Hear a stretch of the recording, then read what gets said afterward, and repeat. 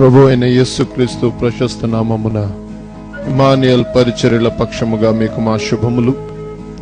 ప్రభు కృప మరియు మీ అందరి ప్రార్థనల వలన ఇమ్మానుయేల్ పరిచర్యల ద్వారా అనేకులు ఆశీర్వదింపబడుటకు ప్రభు తన దాసుడైన పాస్టర్ రాజశేఖర్ గారికి బయలుపరిచిన అనేక ఆత్మీయ సత్యాలను గిల్బోవా అనబడు క్యాసెట్స్ పరిచర్య ద్వారా మీకు అందించడానికి సంతోషించుచున్నాం. ఈ సందేశము ద్వారా మీరు ఆశీర్వదింపబడాలని, అనేకమైన మేలులు పొందుకోవాలని, ఇతరులకు మీరు ఆశీర్వాదకరంగా ఉండాలని నిత్యము మేము ప్రార్థించుచున్నాము. ఈ ఆఖరి రాత్రి కూడికొచ్చిన ప్రభు బిడ్డలు మీ అందరికీ ఈ చక్కటి కూడికలలో దేవుని సందేశాన్ని చెప్పటానికి నన్ను ఆహ్వానించిన దేవుని దాసులు కృపానందం గారికి, వారి సంఘస్థులకు, ఈ చక్కటి అనుకూలతను దయచేసిన దేవాది దేవుడు యేసయ్యకు నా హృదయపూర్వకమైన ధన్యవాదాలు. ఈ 3 రోజులు కూడా మీరు చాలా శ్రద్ధగా కూర్చొని దేవుని వాక్యం విని, వాక్యం ద్వారా మీరు బలపరచబడ్డారని నేను హృదయపూర్వకంగా దేవునికి కృతజ్ఞతలు చెల్లిస్తున్నాను. ఈరోజు ఇంకా కొంతమంది వచ్చారు, చాలా సంతోషం. సమయం వ్యర్థం కాకుండా కృపగల దేవుని పాదాలు చెంత మనము ప్రార్థనాపూర్వకంగా దేవుని వాక్యాన్ని వినటానికి సిద్ధపడదాం. ప్రతిరోజు లాగా ఈరోజు కూడా అందరం లేచి నిలబడదాం. మహిమగల దేవుడు మన పట్ల కనికరాన్ని చూపెట్టి ఈ రాత్రి కూడా ప్రభు మనతో మాట్లాడేటట్టు ప్రతి వారు మీ నోరు తెచ్చి ప్రార్థించాలని మనం చేస్తున్నాం. ఎవరు అటు ఇటు చూడకండి, దయచేసి ప్రభు వైపు చూడండి. మనుషుల మాటల కొరకు కాకుండా మహిమ కలిగిన దేవుని మాటల కొరకు ఎదురు చూద్దాం. ఎవరు ఒక మనుషుని వైపు చూడద్దండి. మనిషే, దేవుడు దేవుడే. కాబట్టి దేవుని వైపు చూద్దాం. ప్రభా, ఈ రాత్రి మీ కొరకు నేను వచ్చాను, మీ మాటలు వినాలని నేను వచ్చాను. దయచేసి నాతో మాట్లాడమని కృపగల దేవుని వేడుకున్నాం. ఆశ్చర్యాలు, అద్భుతాలు చేసే దేవుడు మన మధ్యలో ఉంటున్నారు. ఆయన వైపు చూస్తూ మొదలుపెడదాం. ప్రతి వారు నోరు తెరిచి ప్రార్థించాలి. ఎవరు మౌనంగా ఉండకండి. మీ ఎదుట నిలబడ్డ వ్యక్తితో మీరు మౌనంగా మాట్లాడారు కదా, ఎదుటి వారికి వినిపించేటట్టు, అర్థమయ్యేటట్టు మాట్లాడతారు. అప్పుడే వారు మీకు ప్రత్యుత్తరం ఇస్తారు. దేవుడు కూడా అంతే. మీ నోరు తెరిచి శబ్దంగా యేసయ్యా నాతో మాట్లాడమని, నా ఆత్మీయ జీవితాన్ని గురించి మాట్లాడమని దేవుని సముఖంలో మొదలుపెడదాం. కృపగలిగిన దేవుడు మనతో మాట్లాడే దేవుడు. మన మాటల్ని అర్థం చేసుకుని లేక ఆలకించి మనకు ప్రత్యుత్తరం ఇచ్చే దేవుడు. ప్రతి వారు నోరు విప్పి మొదలుపెడదాం. యేసయ్యా నాతో మాట్లాడండి. మీ శబ్దం వినిపించాలి. కనీసం ఈ గ్రౌండ్ అన్నా దాటి వెళ్ళాలి ఈ శబ్దం. దయచేసి నోరు తెరిచి మొదలుపెడదాం. నీవు చేసే ప్రార్థన నీ చుట్టూ 10 మందికైనా వినిపించాలి. గట్టిగా నోరు తెరిచి మొదలుపెడదాం. యేసయ్యా, పరిశుద్ధ గ్రంథమైన బైబిల్ సెలవిస్తారు, మీ స్వరము పర్వతములకు వినబడనీయుడేనని. నోరు తెరిచి మొదలుపెడదాం. యేసయ్యా, యేసయ్యా నాతో మాట్లాడండి ప్రభా. నా బలమైన ఆశ్రయ దుర్గమా, నా రక్షణ కేడమా, నీ వలన మాకు నిరీక్షణ కలుగును.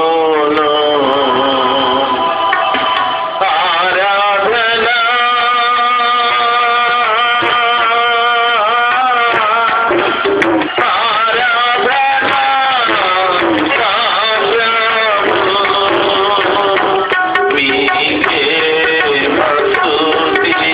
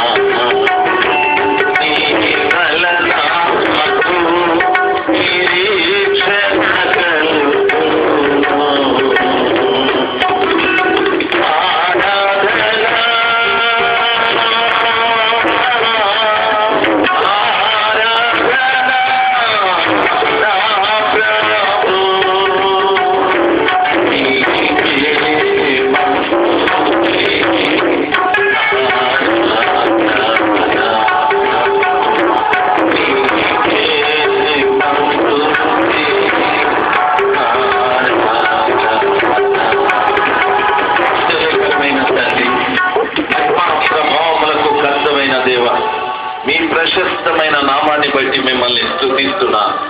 ఈ రాత్రి కూడా మీ ప్రియవిడులు మీ సముఖంలోకి వచ్చారు తండ్రి. మీ మాటలు వినాలని, మిమ్మల్ని చూడాలని ప్రభా, దయచేసి నీ వాక్యము సెలవిచ్చిన రీతిగా ఆశ గల ప్రాణాన్ని తృప్తిపరిచే దేవుడు అని మీ వాక్యము సెలవిస్తుంది తండ్రి.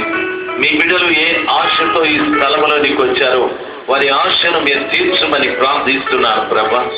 తండ్రి, మీ వాక్యమునకు మీ బిడ్డలకు మధ్యన ఏ విధమైన అభ్యంతరాలు ఆటంకాలు లేకుండా ప్రతి అభ్యంతరాన్ని, ప్రతి ఆటంకాన్ని యేసు క్రీస్తు అధికారం కలిగిన నామములో మీరు తొలగించమని ప్రార్థిస్తున్నాను. నీ వాక్యము ఆది నుండి లోకంలో ప్రజల మధ్యన ఏ కార్యములు జరిగించారో ఈ రాత్రి కూడా కార్యాలు మీరు జరిగిస్తున్నందుకే స్తోత్రాలు. మీ నామం మహిమపరచబడని, మీ నామం ఘనపరచబడని, శత్రు సంబంధమైన ప్రతిక్రియ లయము కాని స్వామి. సమస్త ఘనత మహిమలు మీకే.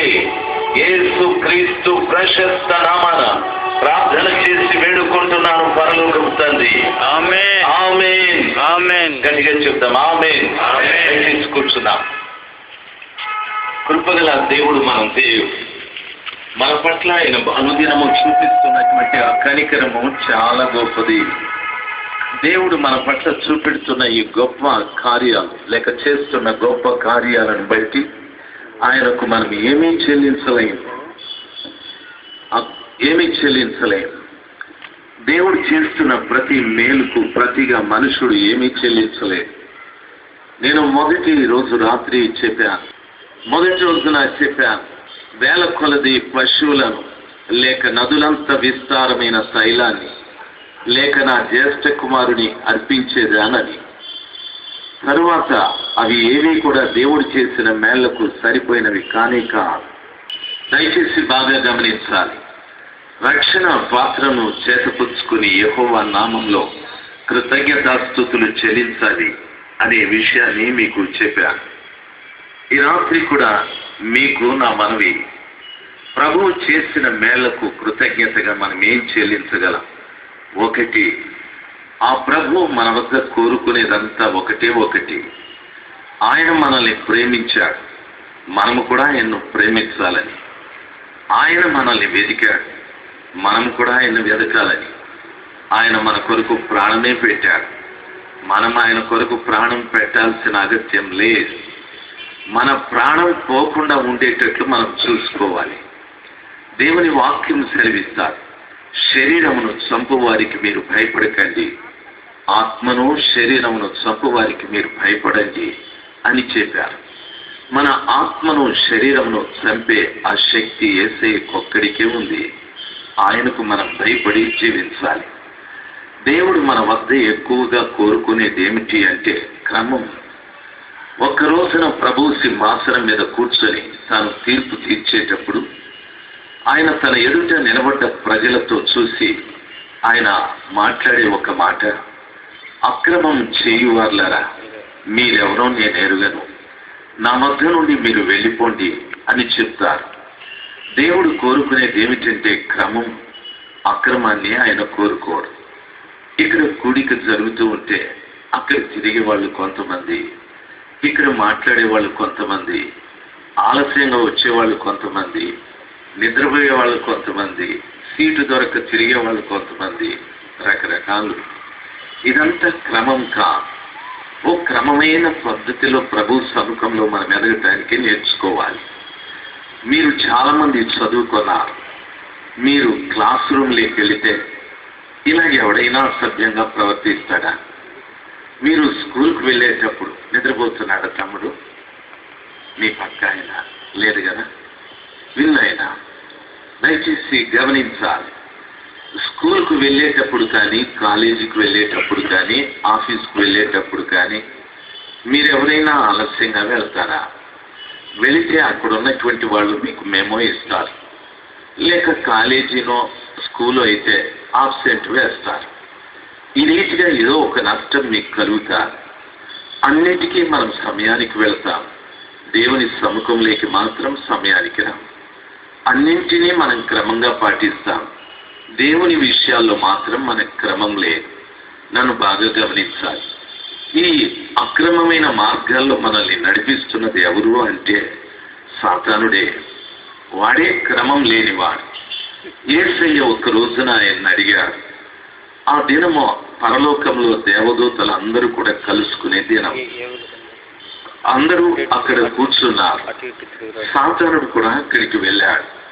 యేసయ్య, సాతానా, ఎక్కడి నుండి వచ్చావు అని అడిగితే సాతానుడు అంటున్నాడు, భూమి మీద అటు ఇటు తిరుగుతూ వచ్చానని. యేసయ్య భాష చూడండి. సాతానా, ఎక్కడి నుండి వచ్చావని. ఎంత మంచి పలకరింపో. సాతానుడు ఇచ్చిన జవాబు చూడండి, భూమి మీద అటు ఇటు తిరుగుతూ వచ్చానని. అంటే క్రమం లేనితనం. తన జవాబు క్రమం లేదు, తాను వచ్చిన విధానం కూడా క్రమం లేదని స్పష్టంగా తెలుస్తారు. యేసయ్యని నమ్ముకున్న బిడ్డలలో మాటలో కానీ ప్రవర్తనలో కానీ దేవుని కొరకు జీవించే విధానంలో కానీ క్రమం లేకపోతే మనల్ని సాతానుడు నడిపిస్తున్నాడు అని దాని అర్థం. క్రమాన్ని పాటించే ప్రతి బిడ్డ యేసయ్య చేత నడిపింపబడుతున్న బిడ్డ. క్రమం లేని ప్రతి వారు కూడా సాతానుడి చేత నడిపించబడుతున్నారని దాని అర్థం. దైవజనాంగమా, దినాలు మనకు సంకుచితం చేయబడుతూ ఉన్నాయి. అంటే దాని అర్థం నెలకి 30 రోజులు కదా, 31 కదా, అవి తక్కువ చేయబడతాయా అని కాదు. దినములు సంకుచితము అంటే ఈ లోకం ఇంకా ఎంతో కాలం ఉందని లోకం వైపు తేరి చూడద్దు. లోకంలో దేవుడు ఉంచిన ఈ కాలము, సమయం అనేవి తగ్గిపోతూ ఉన్నాయి. ఎలాగే తగ్గిపోతున్నాయి అంటే నీ ఆయుష్ తగ్గినట్టుగా. నిన్నటి వరకు నీ ఆయుష్లో ఒక దినం ఎక్కువ ఉండేది, ఈ రోజు నీ ఆయుష్లో ఒక దినం తక్కువ అయిపోయాది. నీ ఆయుష్ తగ్గినట్టుగా దేవుడు ఈ లోకం నిలవ ఉంచడానికి ఇచ్చిన కాల పరిమాణం తక్కువైపోతూ ఉంది. ఆ తక్కువైపోతున్న దినములలో సజీవంగా ఉన్న మనం చేయవలసిన పని ఏమిటంటే ఈ కాలము, సమయాన్ని మనకు ప్రసాదించిన ఆ గొప్ప దేవుని కలుసుకోవటానికి ప్రయత్నం చేయాలి. ఆయన్ను కలవటానికి మన జీవితాలు పరిపూర్ణంగా మార్చుకోవాలి. నా జీవితం మార్చుకోవటానికి నాలో ఏముంది అనే ప్రశ్న మాత్రం వేయద్దు. అంటే నాలోనైనా నీలోనైనా పాపం ఉందనే సమాచారాన్ని మర్చిపోకూడదు. దైవజనాంగమా, ప్రతి వారు పాపులే. నేను, నా భార్య, నా పిల్లలు, నా తల్లిదండ్రులు, వారి తల్లిదండ్రులు, అందరము మేము పాపులమే. దేవుని ఉచితమైన కృపను బట్టి ఆయన మా పట్ల చూపెట్టిన ప్రేమ, ఆయన కార్చిన రక్తంతో కడిగి శుద్ధీకరించాడు.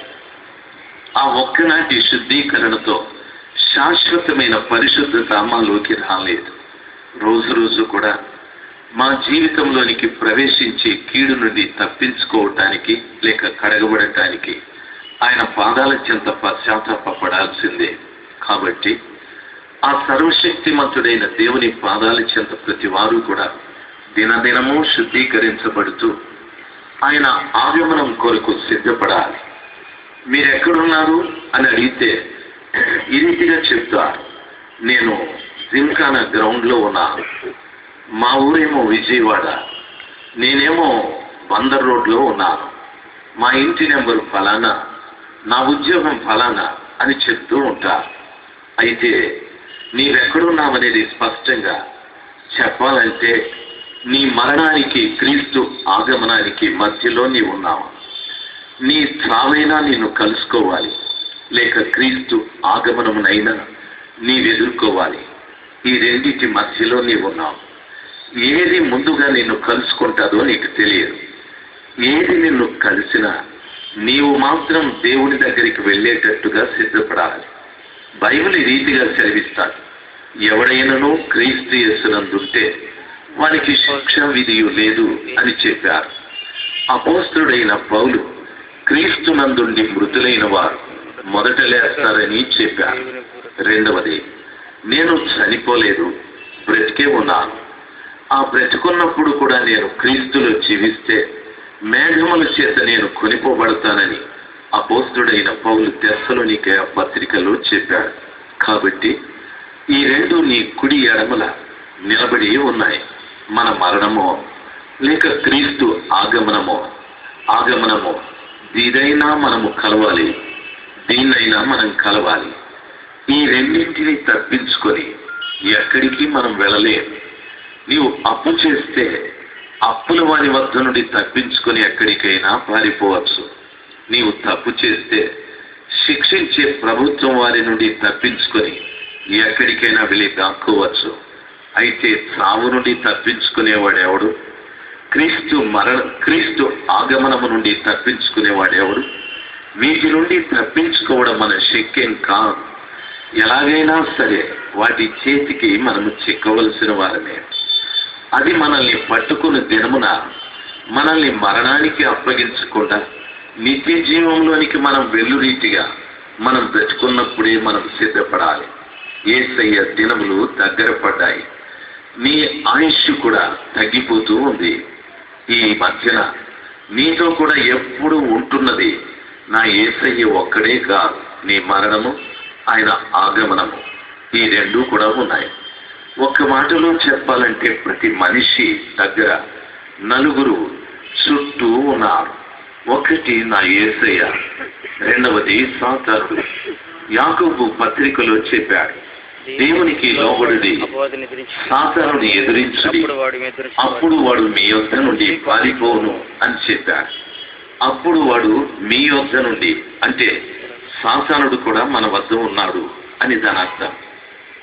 ప్రభువు కూడా మన దగ్గర ఉన్నాడు. యుగ సమాప్తి వరకు సదాకాలం నేను మీతో కూడా ఉంటాను అని చెప్పాడు. ఆయన కూడా మనతో ఉన్నాడు. మూడవది మన మరణం కూడా మనతో ఉంది. క్రీస్తు ఆగమనం కూడా మనతో పాటు ఉంది. అయితే క్రీస్తు ఆగమనంలో మనం ఎత్తబడటానికి మనతో ఉన్న యేసయ్యతో మనం కలిసి ఉండడం చాలా మంచిది. రెండవది, ఒకవేళ మనము నరకానికి వెళ్ళాలి అనుకుంటే సాతానుడితో చేరడం మనం చాలా మంచిది. సాతానుడితో చేరటానికి నీవే పాపము చేయాల్సిన పని లేదు. దేవునికి లోబడకపోతే చాలు. దేవునికి లోబడని ప్రతి వాడు కూడా శత్రువైన సాతాను చేతిలో ఉన్నట్టే. కాబట్టి ఈ రాత్రి సమయమందు సంకుచితమైపోతున్న దినములు, వాటి మధ్యన నీతో పాటు ఉండి నిన్ను కలుసుకోవటానికి యత్నం చేస్తున్న వీటన్నిటి చేతిలో నుండి తప్పించుకొని యేసయ్యని కలవటానికి నిన్ను నీవే సిద్ధపరచుకోవాలి. ఈ రోజున పరిశుద్ధ గ్రంథమైన బైబిల్లో మత్తయి సువార్త 14వ అధ్యాయం, దయచేసి మత్తయి సువార్త 14వ అధ్యాయం 22వ వచనము నుండి కొన్ని వచనాలలోటి సారాంశాన్ని మీకు బోధించడానికి పరిశుద్ధాత్మ దేవుడు నాకు సహాయం చేయని. గట్టిగా ఒకసారి హల్లెలూయా చెప్దాం. హల్లెలూయా. అందరు చెప్పాలండి. హల్లెలూయా. ఆ అమ్మగారు చెప్పడంలే, నాకు అపోజిషన్ పార్టీ లాగా ఉంది చెప్తాలి. హల్లెలూయా. హల్లెలూయా. Very good. ఆ తమ్ముడు కూడా చెప్పడంలే, చెప్పడా? నిన్నట్టుండి ఏదో కాస్త నాకు ఆపోజిట్ గా కూర్చున్నట్టుంది తమ్ముడు. నువ్వు చెప్పండి, అందరూ సంతోషంగా చెప్పండి. హల్లెలూయా. హల్లెలూయా. మా బ్రదర్ ప్రకాష్ గారు 2 చేతులు ఎత్తినారు. Very good. ఈ విజయవాడలో నాకు బాగా సన్నిహితులు కొంతమంది ఉన్నారు. నేనంటే బాగా గౌరవిస్తారు, ప్రేమిస్తారు. వాళ్ళందరూ ఈ కూటానికి వచ్చినారు. చాలా సంతోషము. Very good. మీరు కూడా సంతోషంగా ఉండాలి. మీరు సంతోషంగా ఉండేది లేని నాకు ఎట్లా తెలుస్తుంది? నేను చాలా దూరంలో ఉన్నాను కదా. మీ పక్క వాళ్ళ మూతి చూడండి, మీకు అర్థమైపోతుంది వాళ్ళు సంతోషంగా ఉన్నారా లేదా. పక్క వాళ్ళ మూతి చూడమంటే నా మూతి చూస్తారేంటి? పక్కోళ్ళది తమ్ముడు, పక్కోళ్ళది చూడండి. పెళ్ళాముది చూడండి అని చెప్పాలా, పక్కోళ్ళది చూడండి. పక్కోళ్ళ మూతి చూసినారా తమ్ముడు? వాళ్ళు చూడు ఎంత సంతోషంగా ఉన్నారు. వాళ్ళు ముగ్గురు తండ్రి కుమార్ పరిశుద్ధ ఆత్మలు ఉన్నట్టున్నారు, హ్యాపీగా ఉన్నారు. మీరు చూసుకోలేదా?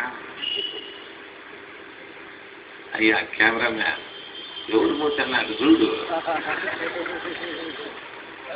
ఆయనకి ఎవరు లేదు తోడు పాపం. మైక్ ఆయన కూడా ఆడికి వెళ్ళిపోయినారు. సరే వెనక్కి చూడు. అమ్మ ఏదో తింటామని పెడుతున్నారు, వెనక్కి చూడు. బాగా విందా, ఇది ఆఖరి కోడిక. యేసయ్య ఆగమనపు దినాలలో మనం ఉంటూ ఉన్నాం. ఈ చివరి దినాలలో ప్రతి వారు కూడా తమ ఆత్మీయ జీవితాన్ని జాగ్రత్తగా కాపాడుకోవాలి. నా మనమేమిటంటే, మీ సంఘాలు మీ సిద్ధాంతాలను దయచేసి ప్రక్కన పెట్టేసేయాలి. ఒక్కటి మీరు గుర్తుంచుకోవాలి, పరిశుద్ధ గ్రంథమైన బైబిల్ ఏం బోధిస్తుంది అనేటటువంటి ఆలోచనలతో మనం బ్రతకటానికి నేర్చుకోవాలి.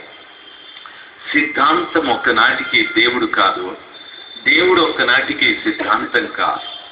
చాలా మంది సిద్ధాంతాల మీద ఆధారపడి మా సంఘం మా సిద్ధాంతం అని చాలా గట్టిగా వాదిస్తూ ఉంటారు. మీ వాదన మంచిదే, కానీ ఆ వాదన దేవునికి సరైనదే కాదు. దేవునికి ఎప్పుడు కూడా కావలసింది ఏమిటంటే, ఆయన చిత్త ప్రకారంగా జీవించేవాడు.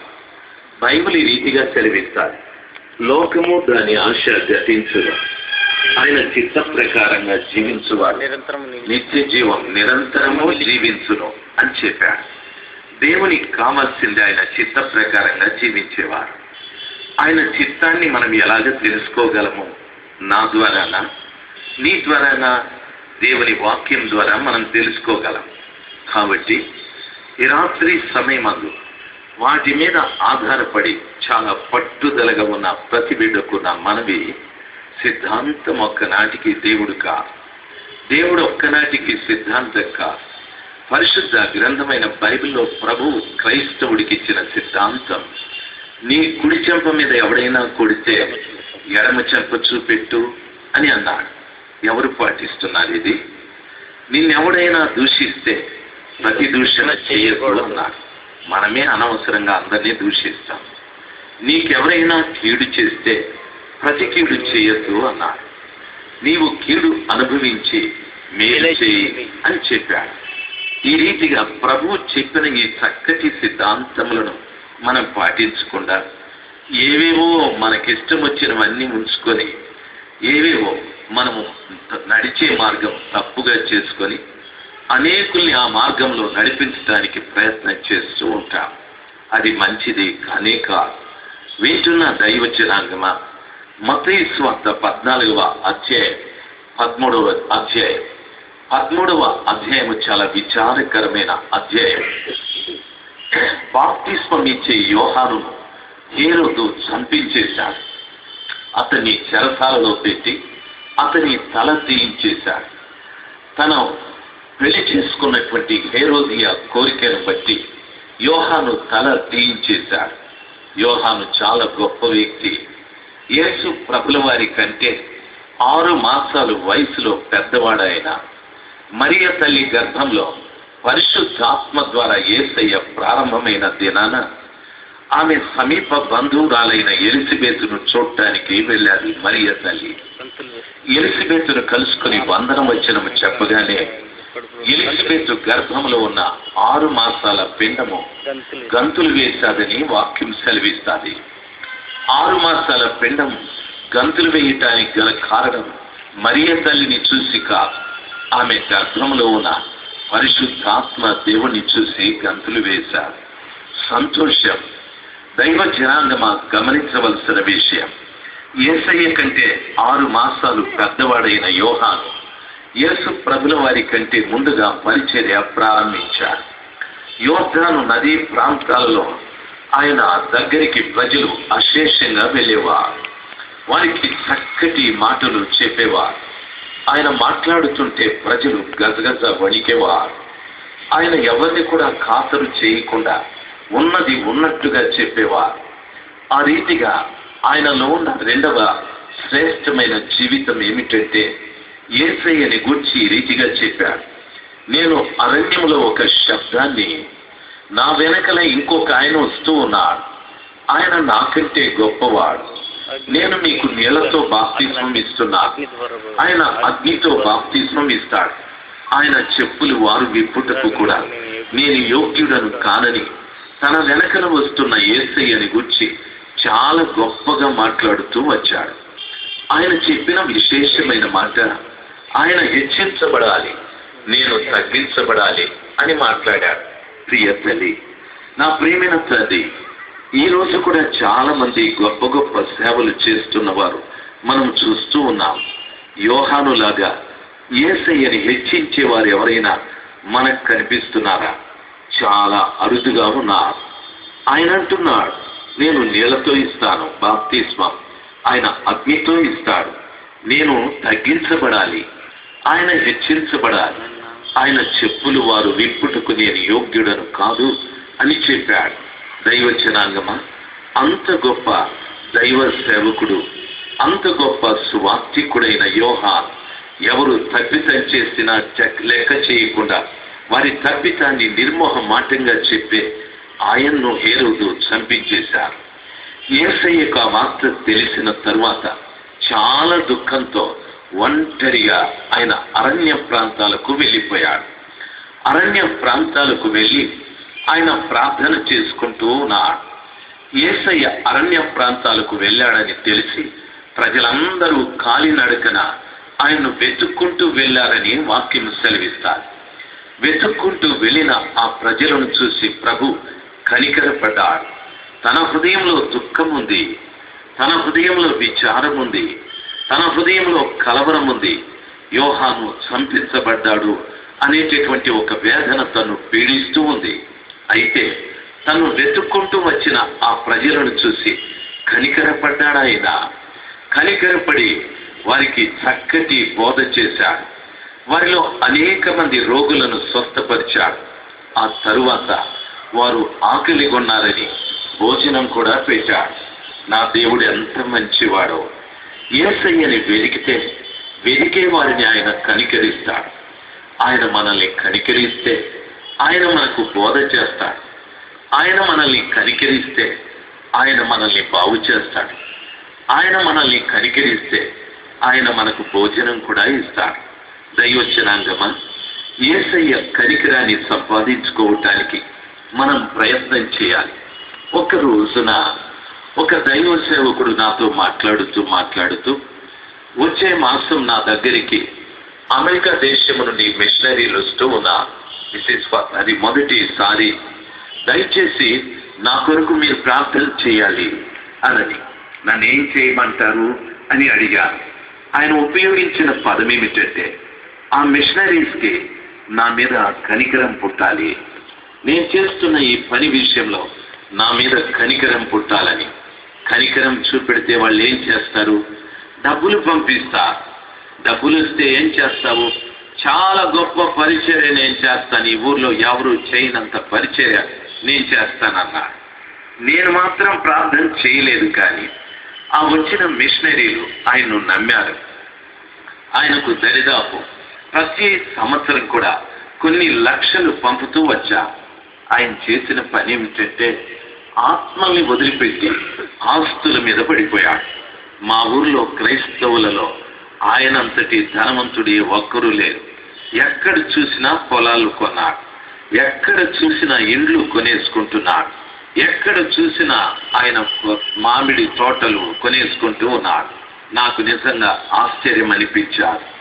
ఆ భక్తులు పంపే సొమ్మంతా కూడా ఆత్మల సంపాదన కొరకు, ఈయన ఆస్తుల కొరకు. మరి వారు వచ్చినప్పుడు ఏం చేస్తారు అని అడిగితే, అప్పుడు ఆయన గ్రామాలెంబడిపోయి చాలా మంది ఈ రీతిగా చెప్తా, 3 రోజులు భోజనాలు పెడతా, రోజుకు 100 రూపాయలు మీకు కూలీ ఇస్తా, 3 రోజులు మీకు అన్ని వసతులు చూస్తా. మీ గ్రామం నుండి ఎంతమందిని తీసుకొస్తారు? మీ గ్రామం నుండి ఎంతమంది తీసుకొస్తారు? ఒరిజినల్ గా ఆ ఊళ్ళో పనిచేసేవాడు పెట్టే కూడికల కంటే ఆయన దగ్గరికి 100 మంది ప్రజలు వస్తారు. బాప్తిసం కూడా 100 రూపాయలు ఇస్తే ఎంతో మంది ఆ నీళ్లలో మునిగి బయటికి వస్తూ ఉంటారు. ఆయన గొప్ప స్థితిమంతుడు, డబ్బు సంపాదించుకుంటూ ఉన్నారు. వింటున్న దైవజనాంగమా, ఆ బాప్తిస్మం అనేది కూడా అర్థం తెలియని ప్రజలు అందరూ ఆ నీట మునిగి తిరిగి లోకంలోకి వెళ్ళిపోయి ఇష్టానుసారంగా ప్రవర్తిస్తూ ఉన్నారు. చాలా విచారకరమైన సమాచారం అని చెప్తాను. ఒక మనిషి కనికరం ఒక మనిషి మీదకి వస్తే డబ్బు వస్తుందేమో, కానీ దేవుని సముఖంలో గమనించాల్సింది, బోధ మాత్రం దొరకదు, భోజనం మాత్రం దొరకదు. రోగం బాధ మాత్రం తీసివేయబడదు. యేసయ్య నా మీద కనికరం చూపిస్తే నా బాధ పోతుంది, నాకు బోధ దొరుకుతుంది, నాకు భోజనం కూడా దొరుకుతుంది. దైవ జనాంగమా, ఈ రాత్రి ఈ స్థలంలో ఉన్న ప్రతి వారికి నా మనవి, యేసయ్య కనికరాన్ని సంపాదించుకోవటానికి మనం ప్రయత్నం చేయాలి. ఆయన కనికరపడే దేవుడు. రెండవది, యేసయ్య ఒక రోజున నాయను అనే పట్టణానికి వెళ్ళాడు. అక్కడ చనిపోయిన ఒక యవనస్తుడు, ఆ పాడి వెనకల ఒక తల్లి ఏడుస్తూ ఉంది. చనిపోయిన వాడిని చూసి ప్రభు కనికరపడలేదు. పాడి వెనకల ఏడుస్తున్న ఆ తల్లిని చూసి కనికరపడ్డాడు. యేసయ్యకి ఎవరంటే ఇష్టమో, కనికరం ఎవరంటే కనికరము అనగా కన్నీళ్లు కార్చేవాళ్ళంటే కనికరం. దేని కొరకు కన్నీళ్లు కార్చేవారు? డబ్బు లేదని, ఆరోగ్యం లేదని, లేకపోతే అంతస్తు లేదని, ప్రమోషన్ ఇమ్మని, పెళ్లి చేయమని, ఇలాంటి వాటి కొరకు ఏడ్చే వారిని చూసి కనికరపడే దేవుడు కాదు ఆయన. చనిపోయిన వారు బ్రతకాలని ఏడ్చేవారు. ఎందరో లోకంలో పాపము చేత చనిపోయిన జనం మీ కళ్ళెదుట ఉన్నారు. మీరు ఇక్కడ నుండి బయలుదేరి ఆ రోడ్డు మీదకి వెళ్ళండి, 10 నిమిషాలు నిలబడండి. ఎందరూ ఎన్ని వాహనాల మీద, ఎంతమంది వందలాది మంది ప్రజలు నీ కళ్ళ ముందు అటు ఇటు తిరుగుతూ ఉన్నారు. వారందరూ ఎవరు అంటే దేవుడు లేనివారు, నిర్దేవుళ్ళు వారు. వారి జీవితంలో పాపముంది. ఆ పాపానికి పరిణామం మరణం. వారు నరకానికి బాధ్యులైపోతూ ఉన్నారు. వారు ఎప్పుడు తమ్ముడు అక్కడికి వెళ్ళి మాట్లాడుకోవయ్యా, వెళ్ళు, దూరంగా వెళ్ళు. దయచేసి గమనించవలసిన విషయం, ఎప్పుడు చనిపోతారో మనకు తెలియదు. అయితే ఆ మరణము నుండి తప్పించవలసిన బాధ్యత నీది. అందుకని యెహెజ్కేలు ప్రవక్త అంటాడు, ఈ ప్రజల రక్తాపరాధం నా మీద ఉండకుండునట్లు ఈ ప్రజల కొరకు నేను ప్రార్థన చేస్తానని ప్రవక్త యిర్మీయా అంటాడు. ఈ ప్రజలు హతమైపోచుండుట చూచి నా కన్నును కన్నీటి ఊటగాను, నా శిరస్సును జలమయముగా చేసుకున్నాను అని మాట్లాడుతారు. వింటున్న దైవ జనాంగమా, క్రైస్తవుడు ఒక గుడికి వెళ్ళి రావడం ఎంతటితో తృప్తి చెందకూడదు. నశించిపోతున్న ఆత్మల పట్ల భారాన్ని కలిగి మనం పని చేయాలి. దేవుని వాక్యం సెలవిస్తారు, ఆయన పాదముల చెంత సమయము సందర్భము అనేది లేకుండా కన్నీరు కార్చే వారి కొరకు, చనిపోయి ఆధ్యాత్మికంగా చచ్చిన వారి కొరకు కన్నీరు కార్చే వారిని చూసి ఆయన కనికరపడేవాడు. దయచేసి వినాలి, బైబిల్ ఆ రీతిగా సెలవిస్తారు. చూడండి, వాక్యంలో సెలవిచ్చిన మాట, శరీరానుసారమైన దుఃఖము మరణమును, ఆత్మానుసారమైన దుఃఖము జీవార్థమైన మారు మనసును కలగజేయను అని చెప్పారు. శరీరానుసారమైన దుఃఖం అంటే నాకు ఇల్లు లేదు ప్రభా, ఇల్లు ఇవ్వండి. ఉద్యోగం లేదు ప్రభా, ఉద్యోగం ఇవ్వండి. భార్య లేదు ప్రభా, భార్యనివ్వండి. ఈ రీతిగా శరీరమునకు అవసరమైన వాటి కొరకు ఏడిస్తే అది నీకు మరణమే. అయితే ఆత్మానుసారమైన వాటి కొరకు ఏడిస్తే అది జీవార్థమైన మారు మనసును అనగా పరలోక సంబంధమైన మనసును నీకు పుట్టిస్తుందని వాక్యము సెలవిస్తారు. కాబట్టి దైవజనాంగమా, ఈ రాత్రి సమయమందు ప్రభుని వెరికే వారిని ఆయన కనికరిస్తాడు. ఆయన కనికరపడితే నీకు బోధిస్తాడు. ఆయన కనికరపడితే నీ బాధను తీసివేస్తాడు. ఆయన కనికరపడితే నీకు భోజనం కూడా ఇస్తాడు. దేవుని కనికరాన్ని సంపాదించుకుందాం. ఒకసారి గట్టిగా హల్లెలూయా చెప్దాం. అక్కడ ఒక పాస్టర్ గారు నిద్రపోతూ అన్నారు, లేపండి. వెరీ గుడ్, మేల్కొన్నారు. దయచేసి గట్టిగా హల్లెలూయా చెప్దాం. Very good. దేవుడు మిమ్మల్ని దీవించుగాక. నిజంగా మీరు చాలా మంచివాడు. పరిశుద్ధ గ్రంథమైన బైబిల్లో యోహానును గురించి ప్రభు దుఃఖపడ్డాడు. తను వెతుక్కుంటూ వచ్చిన వారిని చూసి కనికరపడి వారికి బోధ చేసి వారిలో అనేక మంది రోగులను స్వస్థపరిచి వారికి భోజనం పెట్టి వారిని ఇంటికి పంపేశాడు. వాళ్ళందరూ ఇండ్లకు వెళ్ళిపోయారు. ఇప్పుడు యేసయ్య శిష్యులు నిలబడ్డారు. యేసయ్య శిష్యులను చూసి అంటున్నాడు, అయ్యా మీరు అద్దరికి వెళ్ళండి, నేను ప్రార్థన చేసుకోవటానికి కొండ మీదికి వెళుతున్నా, నేను వచ్చి మధ్యలో మిమ్మల్ని కలుసుకుంటా, వెళ్ళండి అని చెప్పారు. యేసయ్య తన శిష్యులను ధోని ఎక్కి అద్దరికి వెళ్ళమని చెప్పారు. యేసయ్య మాత్రము ప్రార్థన చేసుకోవటానికి కొండ ఎక్కాడు అని వాక్యం సెలవిస్తారు. ప్రియ దైవ జనాంగమా, ఇక్కడ 3 గుంపులు. ఒకటి బోధ విని భోజనం చేసి బాధలు తీర్చుకున్నవా ఇంటికి వెళ్ళిపోయారు. యేసయ్య శిష్యులు యేసయ్యతో ఉన్నారు. వారితో అంటున్నాడు ఆయన, మీరు అద్దరికి వెళ్ళండి అని. ఈ విషయాన్ని బాగా గమనించాలి. శిష్యులకు చెప్పిన మాట అద్దరికి వెళ్ళండి అని. ఈ రోజున నీవు నేను కూడా యేసయ్య శిష్యులమైతే మనల్ని అద్దరి ప్రయాణము చేయమంటారు. లేదు, భోజనం కొరకో బాధల కొరకో ఇంకొక దాని కొరకో మనం వస్తే అవి దేవుడు తీర్చి తిరిగి మనల్ని మన ఇంటికి పంపేస్తాడు. ఆ రీతిగా కాకుండా అద్దరి ప్రయాణము చేసే రీతిగా నీవు శిష్యుడవై ఉండాలి, శిష్యురాలవై ఉండాలి. వాక్యం ఈ రీతిగా సెలవిస్తాడు. తనను నమ్మిన యూదులతో ఆయన ఈ రీతిగా చెప్పాడు, మీరు నా వాక్యమందు నిలిచిన వారైతే నిజముగా నాకు శిష్యులై ఉంటారని యోహాను సువార్త 8వ అధ్యాయంలో చెప్పారు. ఆయన నమ్మిన వారితో ఆయన చెప్తున్న మాట ఏమిటంటే, మీరు నాకు శిష్యులు కావాలంటే మీరు నా వాక్యమందు నిలిచి ఉండాలి, నిజముగా మీరు నా వాక్యమందు నిలిచి ఉండాలి అని చెప్పారు. నేను అడిగే ప్రశ్న, మీరెక్కడ నిలిచి ఉన్నారు అని అంటే కొందరంట, మేము మా సంఘంలో నిలిచి ఉన్నాం. మీ సంఘం ఇది.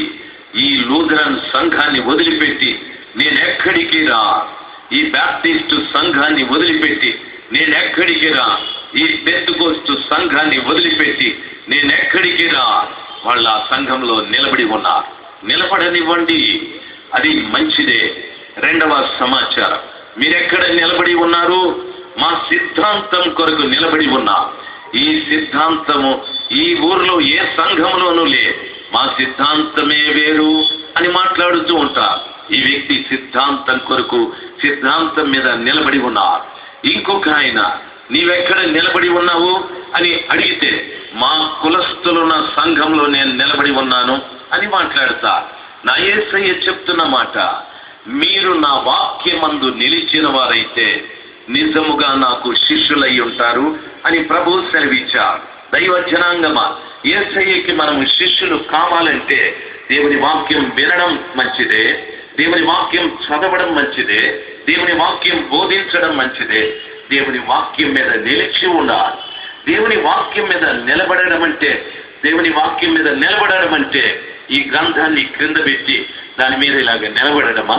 కానీ దైవ జనాంగమా గమనించాలి. ఉద్యోగం చేసేవాడు ఉద్యోగం మీద నిలబడి ఉంటాడు, చాలా జాగ్రత్తగా చేసుకుంటాడు. వ్యాపారం చేసేవాడు వ్యాపారం మీద నిలబడి ఉంటాడు. వ్యవసాయం చేసేవాడు వ్యవసాయం మీద నిలబడి ఉంటాడు.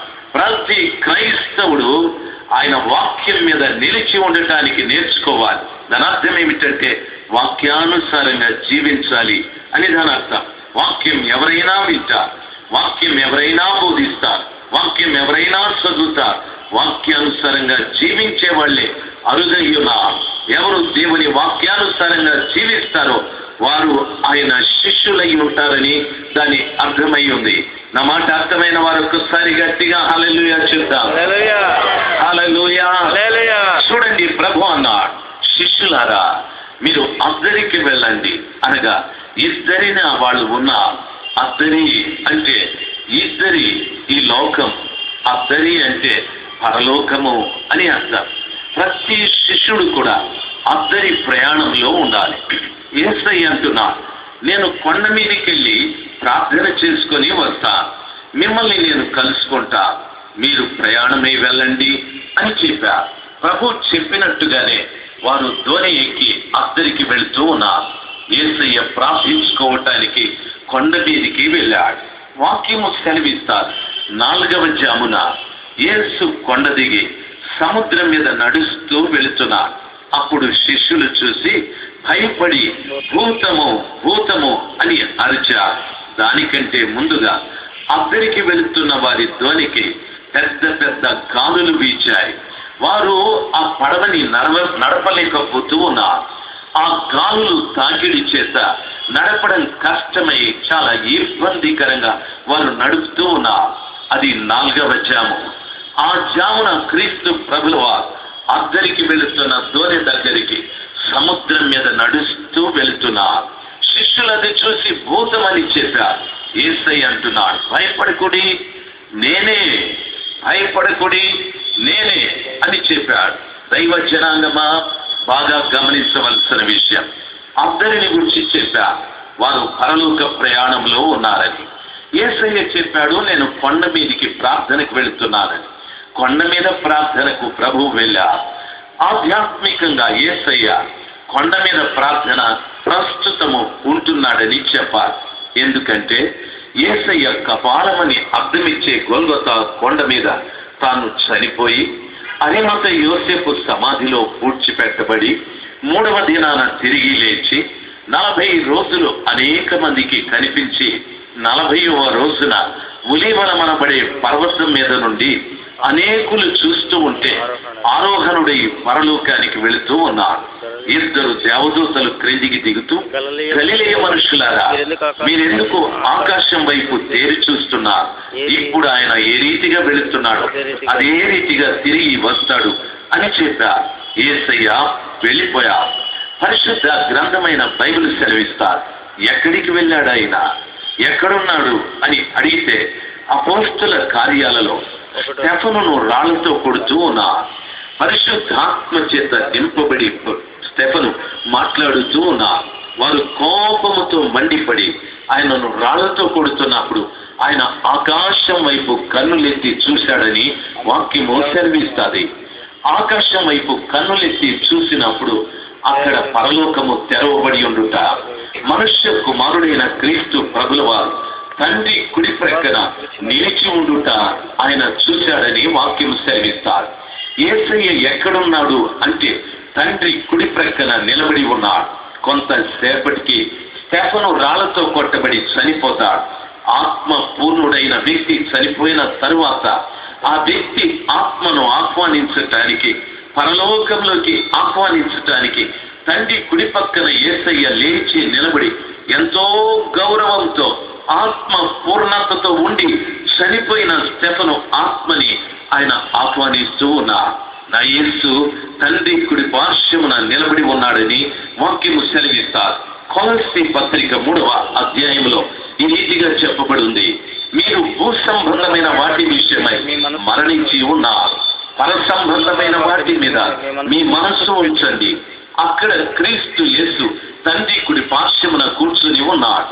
మీ జీవము ఆయనతో కూడా భద్రపరచబడి ఉన్నది అని వాక్యం సెలవిస్తారు. అపోస్తుడైన పౌలు యేసు తండ్రి కుడి ప్రక్కన ఉన్నాడు, కూర్చొని ఉన్నాడు అని చెప్పారు. ఆయన 2వ మాట, మీరందరూ భూ సంబంధమైన వాటి విషయమై చనిపోయారు, పర సంబంధమైన వాటి మీద మనస్సు ఉంచండి అని చెప్పాడు. పర సంబంధమైనది ఏది అని అడిగితే వాక్యం పరలోక సంబంధమైనది. యేసు పరలోక సంబంధమైన వారు, పరిశుద్ధాత్మ పరలోక సంబంధమైనది. వీటి మీద మీ మనస్సు ఉంచండి. లోక సంబంధమైన వాటి విషయమై మీరు చనిపోవాలి. అప్పుడు క్రీస్తు యేసు తండ్రి కుడి పార్శ్వమున కూర్చొని ఉన్నాడు. మీ జీవము ఆయనలో భద్రపరచబడి ఉంటుంది అని చెప్పారు. ప్రియ తల్లి, నా ప్రేమైన తల్లి, అక్కడేమో నిలబడి స్టెఫను ఆత్మను ఆహ్వానిస్తూ ఉన్నాడు. ఇక్కడేం చేస్తున్నాడో తెలుసా? ఎవరు భూ సంబంధమైన వాటి విషయంలో చనిపోయారో వారి కొరకు తండ్రి దగ్గర విజ్ఞాపనం చేస్తూ, తండ్రి ఫలానా వ్యక్తి విజయవాడలో లోక సంబంధంగా చనిపోయారు, పరలోక సంబంధమైన వాటి మీద మనస్సు ఉంచాడు, ఆయన జీవము నా దగ్గర నేను భద్రపరుచుకుంటాను తండ్రి అని తండ్రికి విజ్ఞాపనం చేస్తూ అక్కడ కూర్చుని ఉన్నాడు. వింటున్న దైవ జనాంగమా, యేసు కొండ ఎక్కి ఆ కొండ మీద ప్రార్థన చేస్తున్నాడు అంటే దాని అర్థం యేసయ్య పరలోకంలో ఆయన తండ్రి దగ్గర కూర్చొని ప్రార్థన చేస్తున్నాడని. పరలోకంలో కొండ ఎక్కడా అని మీరు అడగచ్చు. పరిశుద్ధ గ్రంథమైన బైబిల్లో చెప్పబడిన మాట, ఉత్తరాన మహారాజు పట్టణము సియోను పర్వతం మీద ఉన్నది అని చెప్పాడు. సియోను అనగా ఉన్నతమైన అని అర్థం. పర్వతము అంటే ఈ భూమి మీద ఉన్న పర్వతాలు కాదు, కానీ అది ఒక ఎత్తైన ప్రదేశం. అక్కడ ప్రభుల వారు ఉంటున్నారు. అదొక శ్రేష్టమైన పట్టణం. అక్కడ కూర్చొని తండ్రికి విజ్ఞాపనము చేస్తున్నాడు అని దాని అర్థం. నా మాటలు అర్థమైనవా? ఓసారి గట్టిగా హల్లెలూయా చెప్దాం. హల్లెలూయా. ఎందుకు యేసయ్య కొరకు మనం అంత వైరాగ్యంగా జీవించాలి? ఈ లోకాన్ని ఎందుకు మనం తిరస్కరించాలి? లోక సంబంధమైన వాటి మీద మన మనస్సు ఎందుకు పెట్టుకోకూడదు అంటే, ఆ వాటిని విడిచిపెట్టి పర సంబంధమైన వాటి మీద నీ మనస్సు ఉంచితే పరలోకంలో తండ్రికి యేసయ్య రోజూ చెప్తుంటాడు, ఫలానా వ్యక్తి పాప సంబంధమైన వాటి విషయంలో చనిపోయా, ఆయన జీవం మన దగ్గరికి తీసుకురావాలి, మనలో భద్రం చేసుకుని ఉండాలి, ఆయన ఎలాగైనా పరలోకానికి రావాలి అని తండ్రికి విజ్ఞాపనం చేసే కార్యక్రమంలో ఉన్నాడని స్పష్టంగా పరిశుద్ధ గ్రంథమైన బైబిల్ సెలవిస్తారు. ప్రకటన గ్రంథం 1వ అధ్యాయంలో చదువుకుంటే అపోస్తలుడైన యోహాను చూసిన దర్శనంలో ఈ రీతిగా రాయబడింది. 7 సువర్ణ దీప స్తంభముల మధ్యన సంచరిస్తున్న మనుష్య కుమారుని పోలిన ఒకరిని నేను చూశాను అని చెప్పాడు. రెండవది, యేసయ్య ఎక్కడున్నాడు అని అడిగితే 7 సువర్ణ దీప స్తంభములు అని చెప్పారు. దాని మధ్యన మనుష్య కుమారుడుగా సంచారం చేస్తున్న ఒక వ్యక్తిని నేను చూశాను. ఆయన శిరస్సు తెల్లని ఉన్నిని పోలినదై ఉన్నది. ఆయన నేత్రములు అగ్నిజ్వాలలాగా ఉన్నాయి. ఆయన నోటి నుండి వెలువడుతున్న ఖడ్గము, ఆ 2 అంచులు వాడిన ఖడ్గము బయటికి వస్తూ ఉంది. ఆయన మైమరువు బంగారపు మైమరువు. ఆయన పాదములు స్వచ్ఛమైన అపరంజిని పోలి ఉన్నవి. ఆయన కంఠస్వరము విస్తార జల ప్రవాహముల ధ్వనిలాగా ఉంది అని చెప్పాడు. మనుష్య కుమారుని ఆ రీతిగా వర్ణించాడు. 7 సువర్ణ దీప స్తంభములు అంటే దాని అర్థం ఒక్కొక్క దీప స్తంభము కూడా ఒక సంఘానికి పోలుస్తూ మాట్లాడాడు. అది సువర్ణ దీప స్తంభము అన్నాడు. అనగా దాని అర్థము బంగారపు దీపము, అదొక దీప స్తంభము అని చెప్పారు. సువర్ణము పరిశుద్ధతకు సూచన. అంటే యేసయ్య ఎక్కడ సంచరిస్తున్నాడు అని అడిగితే పరిశుద్ధత కలిగిన సంఘం మీద దీప స్తంభము అని చెప్పాడు. వెలుగుతున్న సంఘాల మధ్యలో వింటున్న దైవ జనాంగమా, నా సంఘం ఉంది, నీ సంఘం ఉంది, నీ సంఘం ఉంది.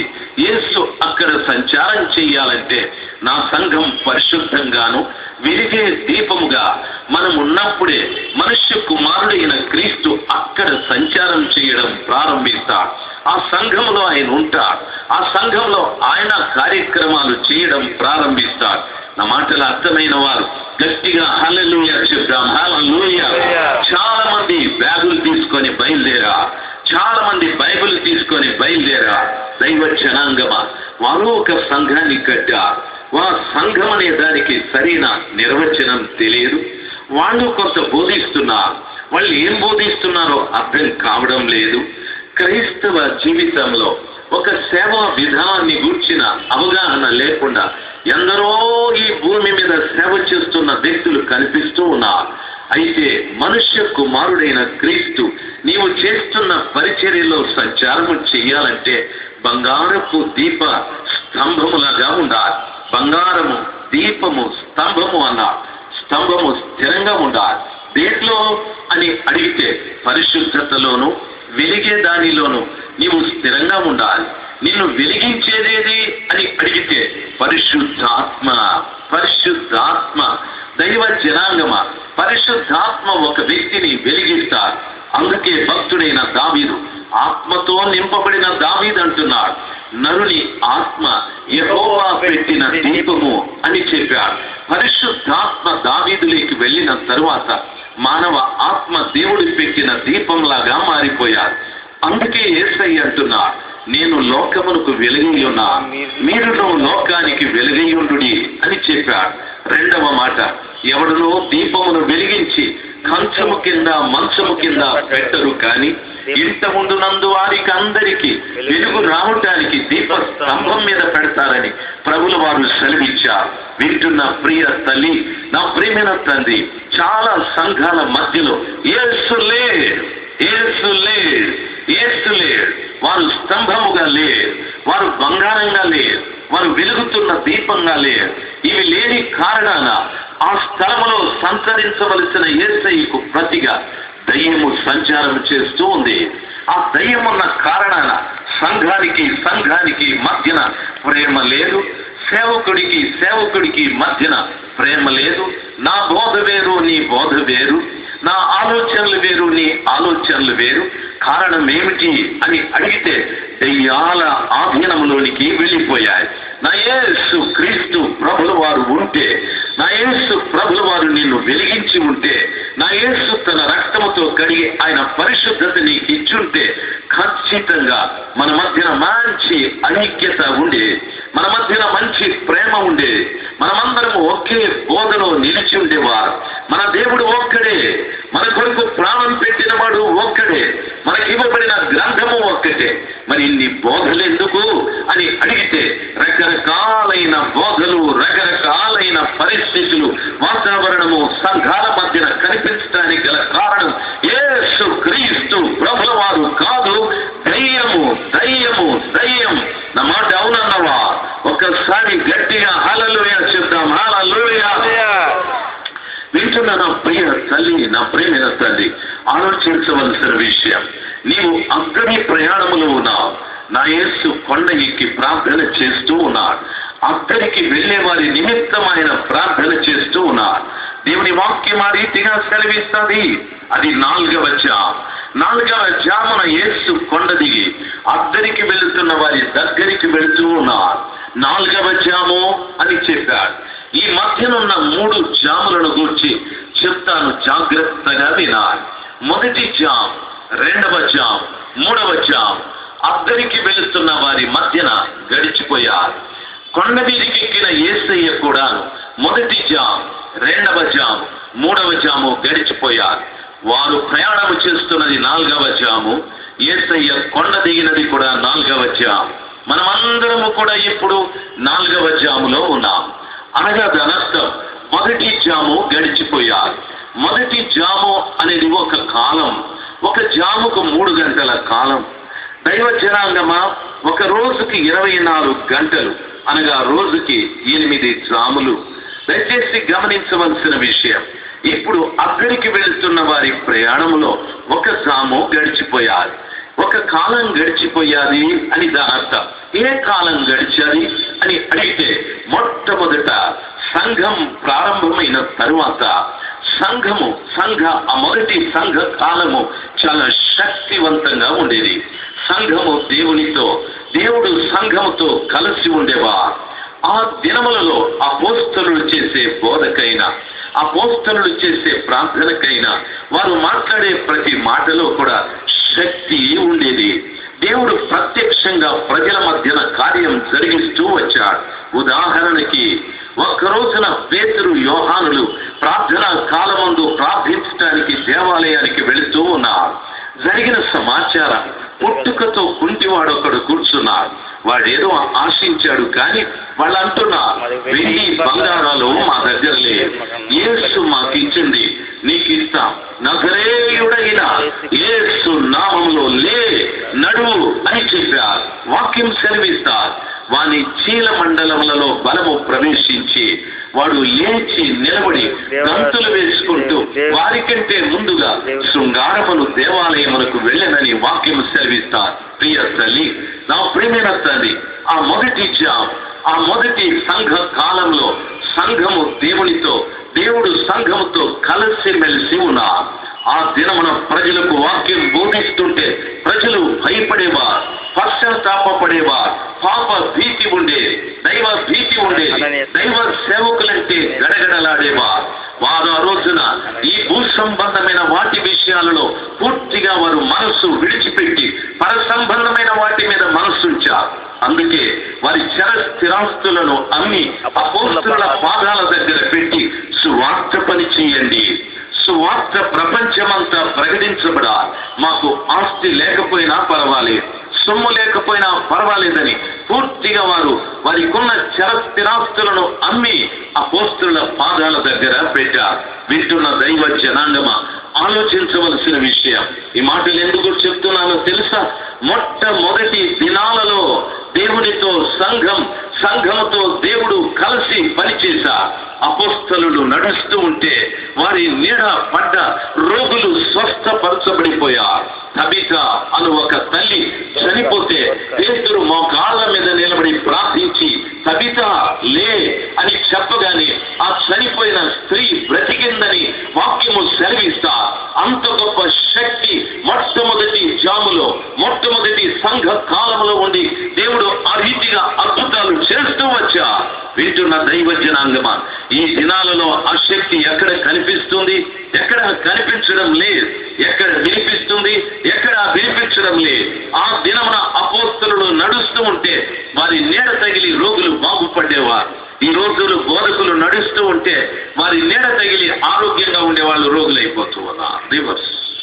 మీకు అర్థమైందా? రివర్స్ అయిపోతూ ఉంది. బాగా గమనించవలసిన విషయం, దేవుని వాక్యం ఈ రీతిగా సెలవిస్తారు. ఒక జాము గడిచిపోయారు. అది మొదటి సంఘ కాలం. బాగా గుర్తుంచుకోవాలి. ఆ కాలం ముగిసిపోయారు. చరిత్రలో ఒక రాజు యుద్ధంలో ఓడిపోయాడు. ఆ పేర్లు అవన్నీ మీకు అవసరం లేదు, గుడ్డిగా మీకు అర్థమవటానికి చెప్తా. ఆయన యుద్ధంలో ఓడిపోయాడు. ఓడిపోయి దేశాన్ని విడిచిపెట్టి వెళ్ళిపోయాడు. ఒక్కరోజున అతనికి కలలో సిలువ కనిపించారు. కొంతమంది మతకర్తల దగ్గరికి వెళ్ళి భక్తుల దగ్గరికి వెళ్ళి అడిగాడు, అయ్యా నాకు సిలువ కనిపించాలి, నేను యుద్ధం చేస్తే నాకు విజయం వస్తుందా అని అడిగాడు. వాళ్ళు అన్నారు, సిలువ శ్రమలకు సంబంధించింది, మీకు ఇంకా ఎక్కువ శ్రమలు ఉన్నాయని చెప్పారు. ఆయన రెండవ పర్యాయం తిరిగి అతనికి ఓ కళ, అందులో సిలువ కనిపించారు. ఇప్పుడు ఎవరిని ఆయన అడగడం లేదు. ఆయన నేరుగా ఒక సిలువ ధ్వజమును పెట్టుకొని సైన్యమును పోగు చేసుకుని శత్రురాజు మీదకి యుద్ధానికి వెళ్ళాడు. దేవుని మహాకృప ఆ సిలువ ధ్వజమును అడ్డు పెట్టుకొని వెళ్ళిన కారణాన శత్రురాజు మీద విజయము సాధించాడు. తాను జయం పొందాడు. ఇప్పుడు తన దేశంలో ఉన్న ప్రజలకు చెప్తున్నాడు, యేసే దేవుడు, యేసే నాకు విజయాన్ని సంపాదించి పెట్టాడు.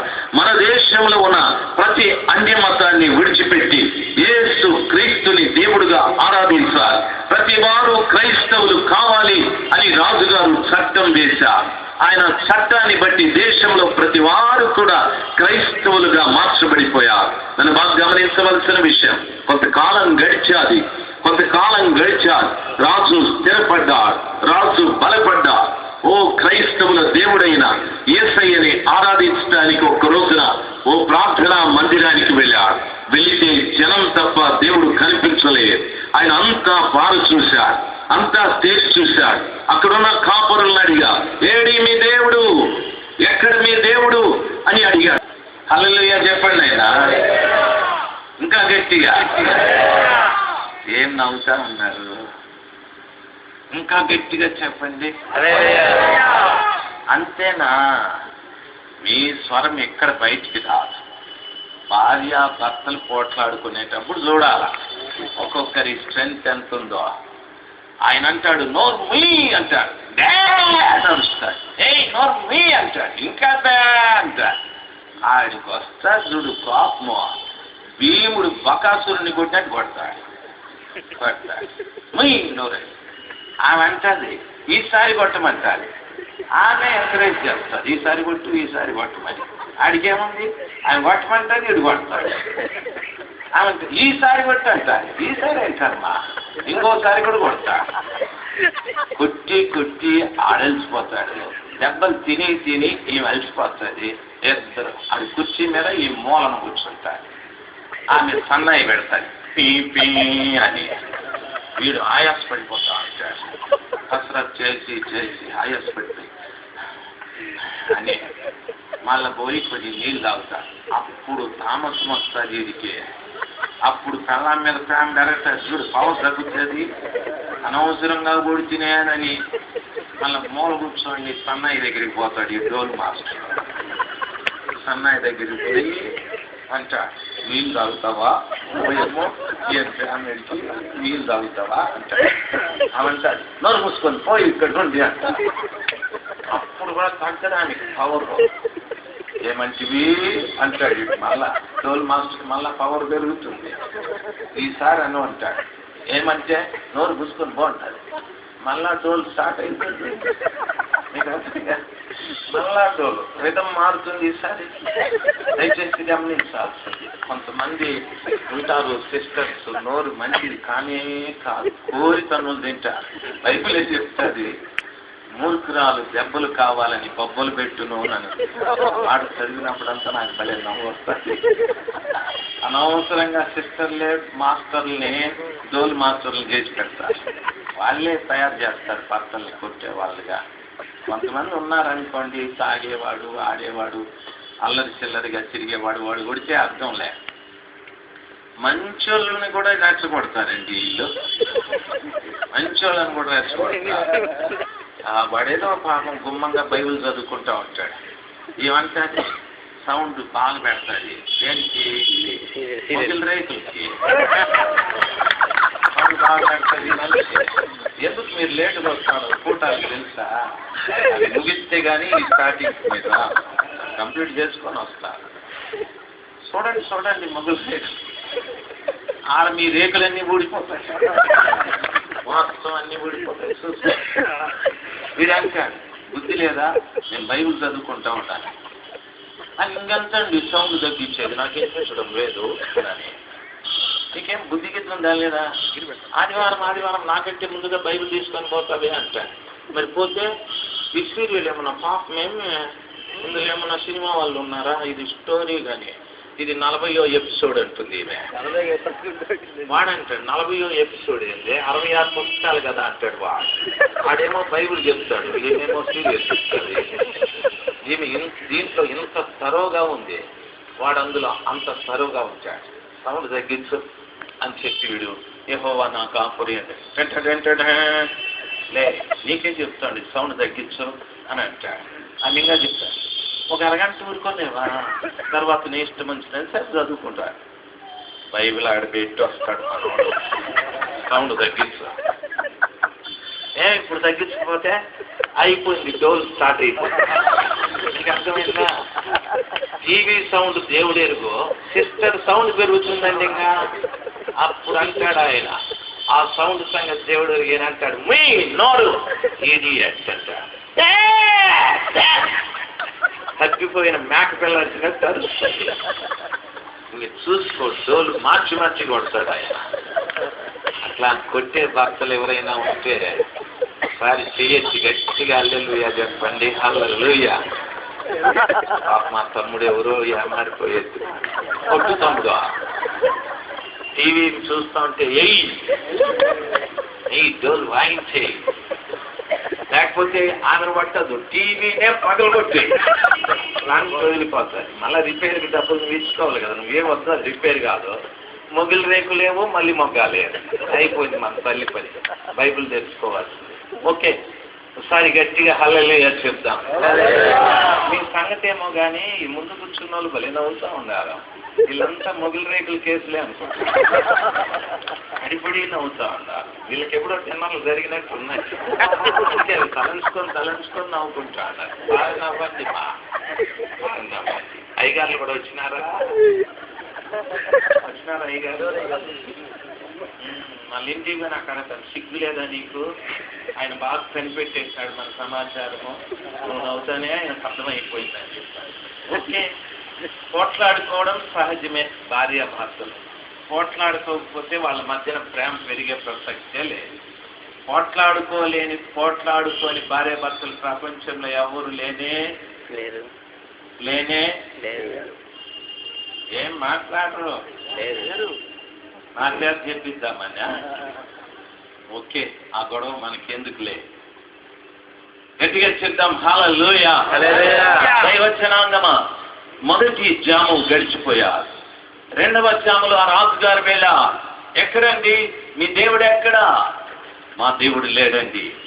మా దేవుడు ఒక ఆకారం కా, మా దేవుడు ఒక ప్రతిమ కా, మా దేవుడు ఒక చెట్టు పుట్ట కాదండి. మా దేవుడు ఆత్మస్వరూపి, మా దేవుడు వాక్యస్వరూపి, సత్యస్వరూపి, ప్రేమస్వరూపి. ఇలాగ చెప్పారు. ఆయన అంటున్నాడు, ఏ రూపమో నాకు తెలియదు, ఈ పర్యాయం నేను వచ్చేటప్పటికి నేను దండం పెట్టుకోవాలి, పూజించాలి, ఒకరు నాకు కావాలి అని వెళ్ళిపోయా. అక్కడ ప్రారంభమయ్యాయి మరియ తల్లి విగ్రహం, యేసయ్య విగ్రహం, బాలయేసు, పెద్ద యేసు, మధ్య యేసు, రాయప్ప, అంతోని, తోమ, గీమ అందరి విగ్రహాలు తయారైపోయాయి. ఇప్పుడు రాజు వస్తే అందరినీ పరిచయం చేస్తున్నాడు. రాజుగారికి చాలా సంతోషం. తన కళ్ళ ముందు ఎవరో కనిపిస్తూ ఉన్నా. దైవ జనాంగమా, మొదటి జాములో సంఘము దేవుడు కలిసి జీవించారు. రెండవ జాములో విగ్రహారాధన ప్రారంభమైపోయారు. దైవ జనాంగమా, గమనించవలసిన విషయం, పూర్తిగా విగ్రహాల మయమైపోయారు. పూర్తిగా కారణం ఏమిటి అంటే, సామాన్య ప్రజలు దేవుని ఆరాధించేవారు. సంఘంలోనికి అధికారులు వచ్చారు, రాజులు వచ్చారు, అధినేతలు వచ్చారు. ఆ కారణాన సంఘంలో విగ్రహాలు ప్రారంభమైపోయాయి. రెండవ జాములో పూర్తిగా సంఘంలో నుండి దేవుడు ప్రక్కకు వెళ్ళిపోయి, సంఘంలో నిగ్రహ శక్తి లేని వ్యక్తులుగా విగ్రహాలు ప్రారంభమైపోయాయి. పూర్తిగా దైవత్వం ప్రక్కకు వెళ్ళిపోయారు. పూజలు, పునస్కారాలు ప్రారంభమైపోయాయి. ఆచారాలు ప్రారంభమైపోయాయి. మొదటి సంఘంలో వారి దేవుని వద్ద వారి పాపాలు ఒప్పుకునేవారు.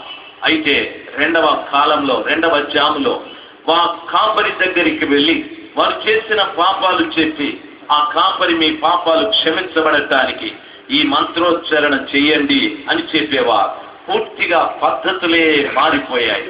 వింటున్న తల్లి, నా ప్రియమైన తండ్రి, రెండవ జాము ముగిసిపోయా, మూడవ జాము ఇలాగా పూర్తిగా కాలం పరిస్థితులు మారిన తర్వాత మార్టిన్ లూథర్ అనే ఒక పెద్ద భక్తుడు లేచాడు.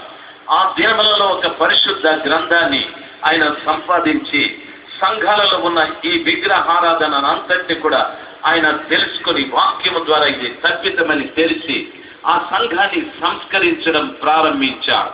దరిదాపు పరిశుద్ధ గ్రంథంలో తనకు తెలిసిన అనేక సత్యములను అచ్చువేయించి దేవాలయాలలోకి వెళ్లి ధైర్యంగా ప్రకటించా, ఈ ఆచారాలు మంచివి కా, ఈ పద్ధతులు మంచివి కా, మనుషుని పాపం మనుషుడు క్షమించలే, మనుషుల పాపాలు దేవుడు క్షమించా, దేవుడు మనుషుల పాపాలు క్షమించడానికే ఆయన రక్తాన్ని చిందించాడు. ఇలాంటి ఎన్నో సత్యాలను ఆయన ప్రజలకు బోధించి ఆ విగ్రహారాధన దినలో నుండి రెండవ జాములో పూర్తిగా పాడైపోయినటువంటి సంఘంలో సంస్కరణ చేసి దాన్ని శుద్ధీకరించి సరిచేసి ఇంకొక రీతిగా ఆరాధన ప్రారంభించారు. మార్టిన్ లూథర్ గారి ద్వారా లూథరన్ సంఘం ప్రారంభమయ్యారు. దైవ జనాంగమా, అందులో నుండి బయటకు వచ్చి విగ్రహాలను ప్రక్కకు తీర్చివేశారు. కానీ అయితే కొన్ని ఆచార సంబంధమైన కార్యక్రమాలను వారు ప్రారంభిస్తూ వచ్చారు. నా మాట గమనించారు. అది మూడవ జాము. ఆ లూథరన్ సంఘంలో నుండి ఇంకొన్ని సంఘాలు, ఇది బాగాలేదని బ్యాప్టిస్టు, అది బాగాలేదని సిఎస్ఐ, అది బాగాలేదని మరికొన్ని ఎన్నో సంఘాలు తయారైపోయాయి లోకంలో. ఇది బాగలేదు, అది బాగలేదని. ఇప్పటికీ కూడా ఎన్నో సంఘాలు. నేను ఒక దగ్గరికి వెళితే, ఒక ఆయన దుబాయ్లో వెళితే ఒక ఆయన అంటున్నాడు, అయ్యా మీరు ఏ సంఘము అని నేను మాట్లాడితే ఆయన అంటున్నాడు, మాది ఓపెన్ బ్రదరన్ అని చెప్పా. ఓపెన్ బ్రదరనా? నాకు అర్థం కావడం లేదు, సరిగా చెప్పు. నాకు బ్రదరన్ ఫెలోషిప్ తెలుసు. మా రాయలసీమ అనంతపూర్ దానికి హెడ్ క్వార్టర్. ఓపెన్ బ్రదరన్ ఏమి అంటే వాళ్ళు అంటున్నా, వాళ్ళు పరిశుద్ధాత్మని ఒప్పుకో, మేము పరిశుద్ధాత్మని ఒప్పుకుంటాం, ఆత్మ కార్యాన్ని ఒప్పుకుంటాం, అందుకని మాది ఓపెన్ బ్రదరన్ అని చెప్పా. అప్పుడు అది క్లోజ్డ్ బ్రదరన్ అని దానికి పేరు పెట్టారు. చూడండి, బాగా గమనించాలి. ఓసారి ఇంకొక ప్రాంతానికి వెళితే వాళ్ళు ఈ రీతిగా చెప్పారు, బ్రదర్ ఈ చర్చ్ ఏది అని అడిగితే వాళ్ళు అంటున్నారు, మాది అప్పర్ పెంటికోస్టల్ అని చెప్పారు. అప్పర్ పెంటికోస్టల్ అంటే పెంటికోస్టల్ చర్చెస్ ఎన్నో ఉన్నాయి, కానీ వాటన్నిటికంటే మా చర్చి అప్పర్ చాలా ఉన్నతంగా ఉంది అన్నా. అప్పుడు నేనన్నా, లోయర్ పెంటికోస్ట్ ఉండాలా కదా, సైడ్ పెంటికోస్ట్ ఒకటి ఉండాలి కదా, ఎందుకురా బాబు ఈ పేర్లు? బాగా గమనించవలసిన విషయం. ఎవరికి తోచిందివా, ఎవరికి ఇష్టం వచ్చిందివా దేవుని వాక్యం సెలవిస్తా. కడవరి దినములలో దురద చెవులు కలిగి తమకిష్టమైన బోధకులను ప్రజలు ఎన్నిక చేసుకుని సంఘాలను ప్రారంభిస్తారని దేవుని వాక్యం స్పష్టంగా సెలవిచ్చారు. వింటున్న దైవ జనాంగమా, మొదటి జాములో దేవుడు సంఘము కలిసి ఉండేది. రెండవ జాములో విగ్రహారాధన అయిపోయారు. మూడవ జాములో సంఘము సంస్కరించబడ్డది, కానీ కొన్ని మాత్రమే మార్పులు జరిగాయి. దానిలో నుండి ఈ రోజు వరకు కూడా ఎన్నో సంఘాలు వెళ్తూనే ఉన్నాయి. మూడవ జాము కూడా పూర్తయిపోయారు. ఇది 4వ జాములో ఉన్నాము. ప్రస్తుతం 4వ జాములో ఉన్నాం. 4వ జాములో ఉన్నప్పుడు కొండ మీద ప్రార్థన చేసుకుంటున్న యేసయ్య దిగి రాబోతూ ఉన్నా. నేను మొదటే చెప్పా, ఆ కొండ పరలోకమని. అక్కడ క్రీస్తు ప్రభుల వారు తండ్రి కుడి ప్రక్కన కూర్చొని విజ్ఞాపనము చేస్తున్నాడని చెప్పా. యేసు కొండ దిగి వస్తున్న రోజులివి. నీవు అద్దరికి వెళుతున్న రోజులివి. నీవు 3 జాములు ప్రయాణం చేసేసావు. మొదటి సంఘకాలం, రెండవది విగ్రహారాధనైన ఆర్సిఎం సంఘకాలం, మూడవది మార్టిన్ లూథర్ సంఘకాలం. ఈ 3 కాలాలు పూర్తయిపోయాయి. నీవు నేను ఎక్కడున్నాము అని అడిగితే 4వ జాములో ఉన్నాము. అద్దరి ప్రయాణంలో 4వ జాములో ఉన్నాం. ఈ 4వ జాములో ఉన్న మనకు గాలులు ఎదురవుతూ ఉన్నాయి. ఓడను నడిపించడం కష్టమైపోయారు.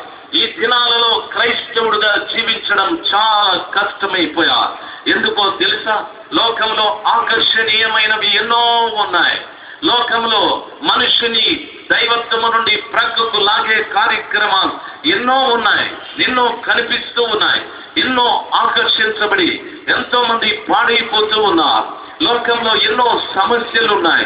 ఆర్థిక ఇబ్బందులు ఉన్నాయి, అవమానాలు ఉన్నాయి, నిందలు ఉన్నాయి, వ్యతిరేకాలు ఉన్నాయి, మత కలహాలు ఉన్నాయి. ఎన్నెన్నో గాలులు క్రైస్తవ్యం మీద వీస్తున్న రోజులు ఇవి. ఎక్కడ చూసినా బీజేపీ, ఆర్ఎస్ఎస్. కొన్ని సంవత్సరాల క్రిందట ఒరిస్సా ప్రాంతంలో ఆర్ఎస్ఎస్ వారు క్రైస్తవులను ఊచకోత కోశారు. భయంకరమైన సమాచార. దైవ జనాంగమ మతాల మధ్యన ఘర్షణలు, ఓ కలహ. క్రైస్తవ్యం అనేటటువంటిది ప్రపంచాన్ని మార్చేస్తుంది అనే భయం ఒక జాతికి పట్టుకోనది. అందుకు క్రైస్తవులు మత మార్పిడి చేస్తున్నారు అని క్రైస్తవులను పూర్తిగా అణగదొక్కటానికి ఈ రోజున భారతదేశంలో ఎందరో ప్రయత్నాలు చేస్తూ ఉన్నారు. వాస్తవానికి క్రైస్తవ్యం మతం కా దైవ జనాంగమ. హిందువులు పవిత్రంగా భావిస్తున్నటువంటి గీతలో చెప్పబడి ఉంది, మతోద్భవ మతః అనని. అనగా మతం అనేటటువంటిది మనస్సులో నుండి పుట్టాది అనని.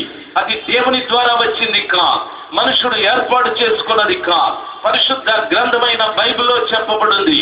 మతము అనున్నటువంటి దానికి సరైన నిర్వచనం విశ్వాసము అని అర్థం.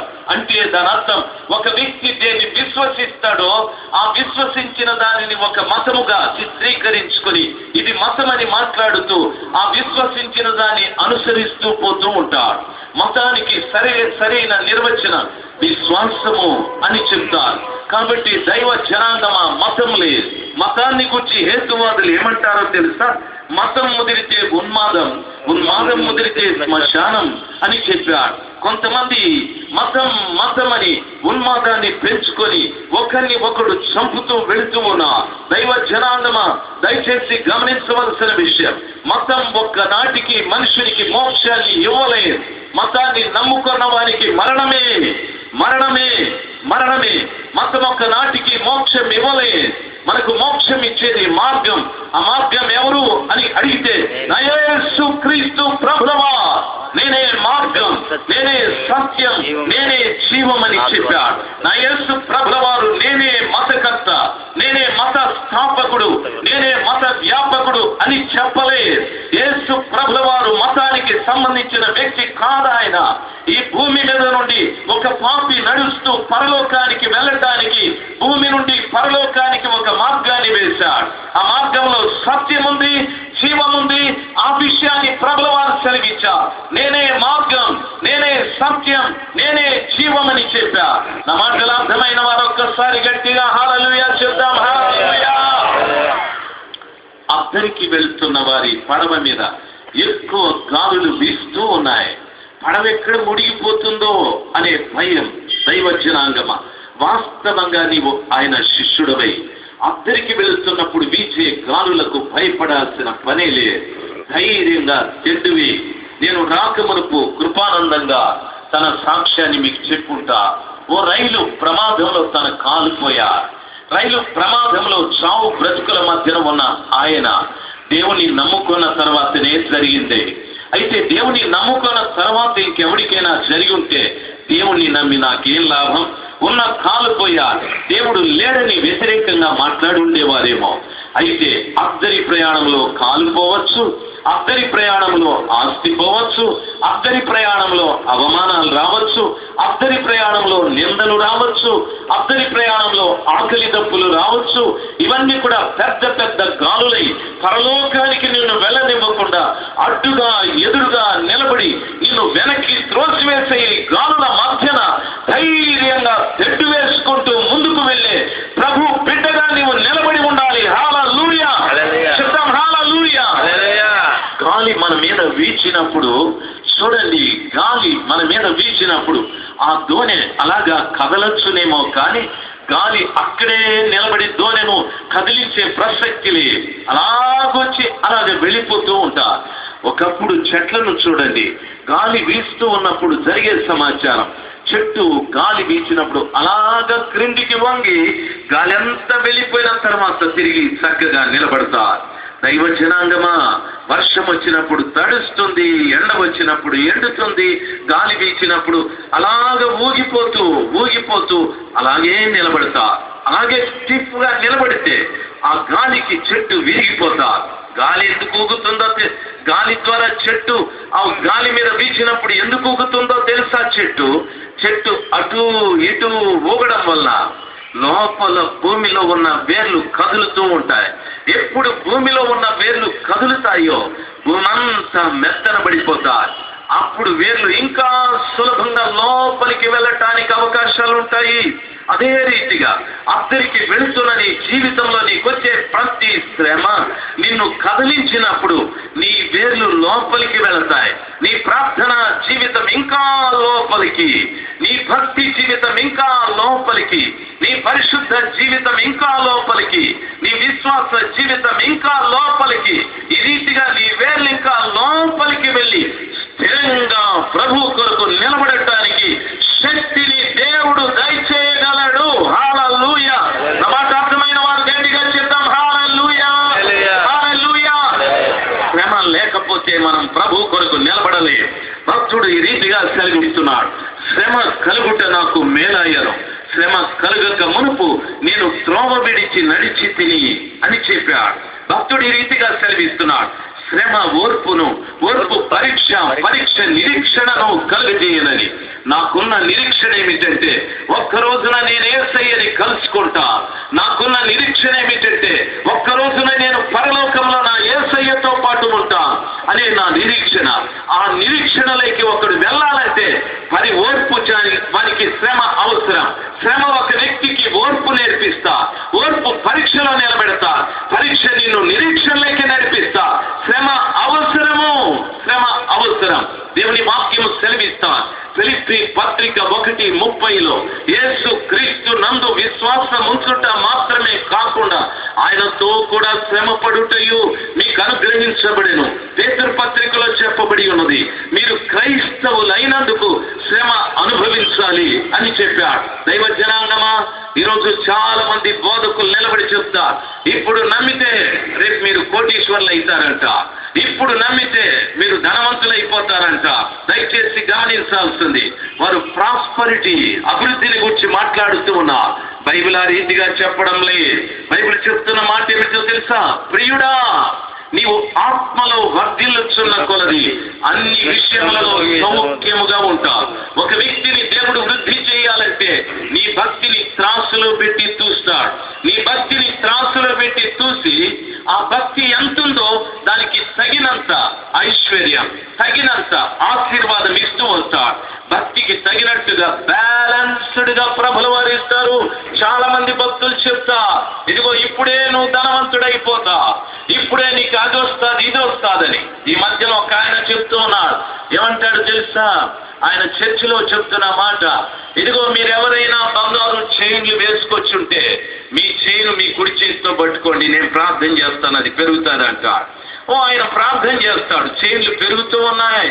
ఇంకొక ఆయనే అంటున్నాడు మీ దగ్గర డబ్బు ఎంత ఉందో అంతా మీరు రబ్బర్ బ్యాండ్ వేసి ఇలాగ నాకు చూపెట్టండి, ఎంత ఉందో లెక్క పెట్టి చూపెట్టండి, నేను ప్రార్థన చేస్తాను, డబ్బు పెరుగుతుంది అని. చాలా మంది వెళ్ళి చెప్తున్నా నాకు చేయని ఇక్కడ దాకా ఉండేది ఇక్కడ దాకా పెరిగిందని. అయ్యో, ఇంకా ప్రపంచంలో పనిచేసే వాళ్ళు ఎవడు, అందరూ అక్కడికి వెళ్ళిపోతారు. వారానికి ఒక ఇంచి పెరిగితే సావదా బంగారు, ఒక ఇంచి పెరిగితే సావదా బంగారు. దయచేసి గమనించాల్సింది, ఓ ఎక్కడో బాబాలు ఉన్నారని అనుకుంటుంది. క్రైస్తవ బాబాలు తయారైపోయినారు రేవో, క్రైస్తవ బాబాలు తయారైపోయినా. దయచేసి గమనించవలసిన విషయం, ఇలాంటి జిమ్మికులు చేసే వ్యక్తులు చాలా మంది మన మధ్యకు వచ్చారు. దేవుడికి కావాల్సింది ఇటువంటి జిమ్మికులు చేసేవాళ్ళు కాదు. దేవుడికి కావాల్సింది ఒక వ్యక్తిని అద్దరికి నడిపించేవాడు కావాలి, అద్దరికి నడిపించేవాళ్ళు కావాలి. దైవ జనాంగమా, అద్దరి లేకుండా ఈ లోకంలోనే మీకు ఐశ్వర్యము, ఈ లోకంలోనే సుఖాలు భోగాలు. ఒక ఆయన అంటున్నాడు, నా దేవుడు రాజు, నేను కూడా రాజు కొడుకని. అరే భగవంతుడా, బాగా గమనించాల్సింది, నీ దేవుడు రాజే, అవును కాదని చెప్పడం లేదు, నేను కూడా రాజే అని బాగా తిని మంచి డ్రెస్, మంచి మేకప్, ఓ సినిమా యాక్టర్లు కూడా పనికిరా, అంత అవసరమా? బైబిల్ ఈ రీతిగా చదివిస్తా, నరసిన వెంట్రుకలు వృద్ధునికి కిరీటమని. ఒక వెంట్రుక కూడా తెల్లగా కనిపించకుండా ఓ సినీ యాక్టర్ లాగా తయారైతే అది దేవుడు ఒప్పుకుంటాడంటారా? ఒకనాటికి వేషం దేవునికి ఇష్టం దేవునికి ఇష్టం లేని కార్యం పరిశుద్ధ గ్రంథమైన బైబిల్ సేవిస్తా. అద్దరికి వెళ్ళే ప్రయాణంలో గాలులు ఎదురవుతున్నాయి. ఆ గాలులకు వారు ధోనిను నడిపించలేక ఇబ్బంది పడుతున్నప్పుడు 4వ జామున యేసు క్రీస్తు ప్రభువు వారు దిగి అద్దరికి వెళుతున్న వారి దగ్గరికి సముద్రం మీద నడుస్తూ వెళుతున్నా. యేసయ్య వస్తున్నాడు తమ్ముడు, అద్దరికి వెళుతున్న నీ దగ్గరికి యేసయ్య వస్తున్నాడు.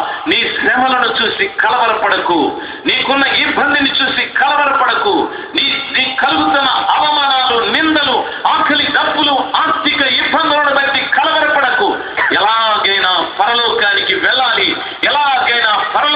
వెళ్ళాలని చెట్టు వేసుకుంటూ ముందుకి ఓడను నడిపించడానికి ప్రయత్నం చేయి.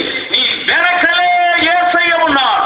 ఆయన అంటున్నాడు, నేనే భయపడకుడి. హల్లెలూయా, నేనే భయపడకుడి. ప్రభు చెప్తున్న మాట, నేనే భయపడకుడి.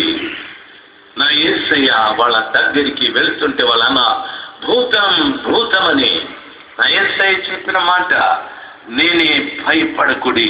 రాత్రి సమయమందు చాలా మంది బిడ్డలు, నేను ఎంత భక్తిగా ఉంటే నాకెందుకు డబ్బు లేదు, నేను ఎంత భక్తిగా ఉంటే నాకెందుకు ఆరోగ్యం లేదు, నేను ఎంత చక్కగా ప్రార్థన చేస్తుంటే నా పిల్లలు ఎందుకు బాగా చదివించలేకపోతున్నా, నేను ఇంత ఇబ్బంది పడుతుంటే నా పిల్లలకి ఎందుకు ఇంకా వివాహాలు కాలేదు. ఎన్నో సమస్యలు మీకున్నాయి. ఒకటి, నా దేవుడు తన తగిన కాలమందు నిన్ను ఆశీర్వదిస్తాడు. బైబిల్ ఈ రీతిగా సెలవిస్తాడు, ఆయన బలిష్టమైన చేతి కింద దీన మనస్కులయుండుడి, తగిన కాలమందు ఆయన మిమ్మల్ని హెచ్చించును.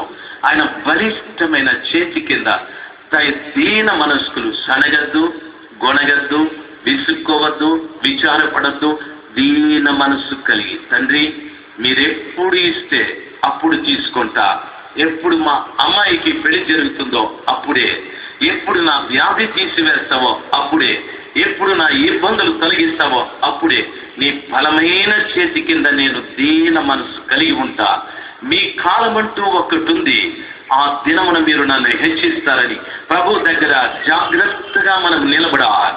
నేను సేవ ప్రారంభించేటప్పుడు నా ఉద్యోగం మొదలుపెట్టా, మా భార్య ఉద్యోగం మొదలుపెట్టా. నేను ఉద్యోగం మొదలుపెట్టేటప్పుడు దరిదాపు నాకు 2300 రూపాయలు జీతం. దైవ జనాంగమా, 1989వ సంవత్సరాన నేను ఉద్యోగం మొదలుపెట్టా. బాగా గమనించాలి, 79వ సంవత్సరాన ఉద్యోగం మొదలుపెట్టా. అప్పుడు నాకు 2300 రూపాయలు జీతం. మా భార్య టీచరు, మేమిద్దరు ఉద్యోగాలు వదిలిపెట్టేశాం, సేవకు వచ్చాం వితౌట్ ఎనీ బెనిఫిట్, దేన్ని అడుక్కోకుండా వైరాగ్యంతో ప్రభు పరిచర్యకు వచ్చాం. మా తండ్రి అన్నాడు, నీవు ఇంట్లో పెద్ద అబ్బాయివి, నాకు తోడుగా ఉంటావా, ఉద్యోగం వదిలిపెట్టకుండా నువ్వు సేవ చేయన్నా. అప్పుడు మా కుటుంబం నిజంగా క్లిష్టమైన పరిస్థితి. అయితే మా తండ్రి మాట వినలేదు. మా భార్య తండ్రి అన్నాడు, మా మాటలు వినకుండా వెళ్తున్నారు, అడుక్కు తింటారని చెప్పి అన్నారు. ఆ 2 మాటలు నాకు మనసులో ఉండిపోయాయి. మేము సేవకని మరో పట్టణానికి వచ్చేసాం. దైవజనాంగమా, ఆ పట్టణంలోకి వచ్చి సేవ ప్రారంభించాం. వాక్యం చెప్పడం రాదు కానీ కరపత్రాలు పంచుకుంటూ వీధులు తిరిగేవాడు. అయితే ఎంత క్లిష్టమైన పరిస్థితితో, ఎన్నో రోజులు భోజనం లేదు, ఎన్నో రోజులు సరైన వసతి లేదు, 20 రూపాయలు ఇంటి అద్దె కట్టలేక బయటకు వచ్చేసాం. బస్ స్టాండ్లో మేము ఉన్నాం. మాకు మంచిగా ఉంది. అయితే దేవుని కృపను బట్టి ఉద్యోగాలు ఉండేవారు. అయితే వదిలిపెట్టి వచ్చిన తర్వాత 20 రూపాయలు అద్దె కట్టలేక బస్ స్టాండ్లో ఉన్నాం. అయినా ప్రభు వైపు చూశాం. మాసం 2 మాసాలు ఒక ఆయన వాళ్ళ ఇంటి వెరండాలో ఉండమని చెప్పారు. వాళ్ళ ఇంటి వెరండాలో కొంతకాలం గడిపా. దేవుడు నిజంగా మంచి దేవుడు, మమ్మల్ని అక్కడే ఉంచలే. ఆయన బలిష్టమైన చేతి కింద దీన మనస్కులై ఉన్నాం. దేవుడు మమ్మల్ని అద్దరికి వెళ్ళమని చెప్పాడు కానీ దేవుడు మమ్మల్ని కలవరపడమని చెప్పలే. ఎన్నో కాలులు, వ్యాధి, మా భార్యకి గుండె జబ్బు, అయినా దేవుని మీద ఆధారపడ్డా. దేవుడు కనికరం చూపెట్టా. నాకు 3 బస్ యాక్సిడెంట్లై స్పైనల్ డిస్ప్రోలాప్స్ అయి 2 ఆపరేషన్లు వెన్నుపూసలో జరిగాయి. నేను దరిదాపు 2 సంవత్సరాలు బెడ్ రిడర్. పూర్తిగా నా కాళ్ళు పడిపోయాయి. నడుము దగ్గర నుండి 2 కాళ్ళు చచ్చిపోయాయి. సగం శరీరమే బ్రతుకుంది. అందరూ వచ్చి నన్ను చూసేవాళ్ళు, ఏడ్చేవాళ్ళు, వీడు చనిపోతే బాగుండనేవాడు. నేను కూడా ఏడ్చేవాడు. ఈ సగం చచ్చిన శరీరంతో 2 సంవత్సరాల నరకయాతన అనుభవించా. నా దేవుడు కనికరం కలిగిన వాడు. ఎన్ని ఎదుర్లు వచ్చినా, ఎన్ని గాలులు వీచినా తెట్టు వేయకుండా, ముందుకు వెళ్లకుండా ఆగనే లేదు. దేవుని మహాకృప. చచ్చిపోయిన నా కాళ్ళు తిరిగి బ్రతికాయి. గుండె జబ్బుతో ఉన్న నా భార్యను దేవుడు బ్రతికించాడు. నా కుటుంబంలో ప్రతి వారు చావు దాకా వెళ్ళి తిరిగి వెనక్కి వచ్చా. ఎందుకు ఈ విషయాలు చెప్తున్నానో తెలుసా? దైవ జనాంగమా, నా ముందు గాలులున్నాయి, నా వెనకల ప్రభు ఉన్నాడు. నా ముందు గాలులున్నాయి, నా వెనకల ప్రభు ఉన్నా.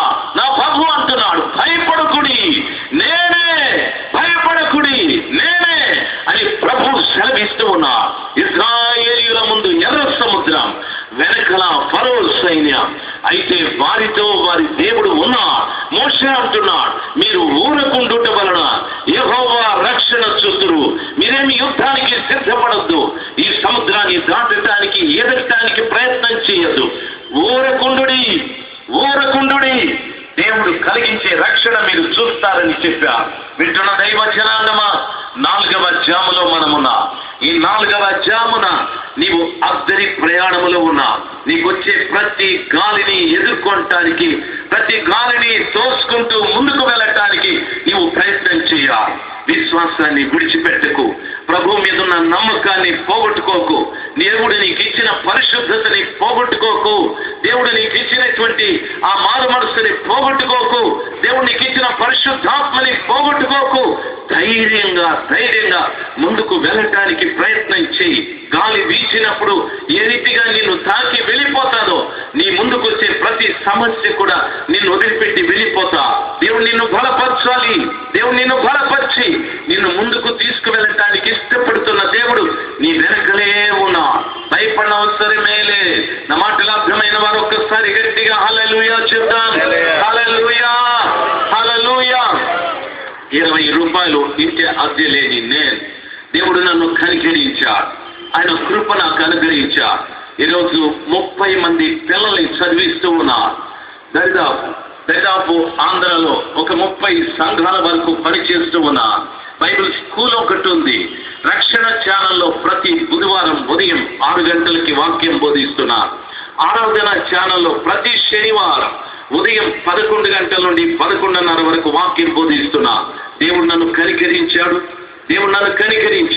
దైవ జనాంగమా, మీలో ఎవరైనా సమయం ఉండి వాక్యాన్ని చూడాలనే ఆశ ఉంటే, వినాలని ఆశ ఉంటే, ప్రతి బుధవారం రక్షణ ఛానల్లో ఉదయం 6 నుండి 6:30 వరకు, ఆ తరువాత ప్రతి శనివారం ఆరాధన ఛానల్లో ఉదయం 11 గంటల నుండి 11:30 వరకు బైబిల్ ఆదికాండం నుండి చెప్తూ ఉన్నా. ఎవరైనా బైబిల్ నేర్చుకోవాలనే ఆశ కలిగి ఉంటే ప్రతి శనివారము ఉదయం 11 గంటల నుండి 11:30 వరకు మీరు చూసి నేర్చుకోవచ్చు. ఇప్పుడు ఆదికాండం 1వ అధ్యాయం 6వ వచనాన్ని చెప్తూ ఉన్నా. దేవుడు మిమ్మల్ని దీవించని. దైవ జనాంగమా, దేవుడు కనికరించాడు, పని విస్తరింపచేశా.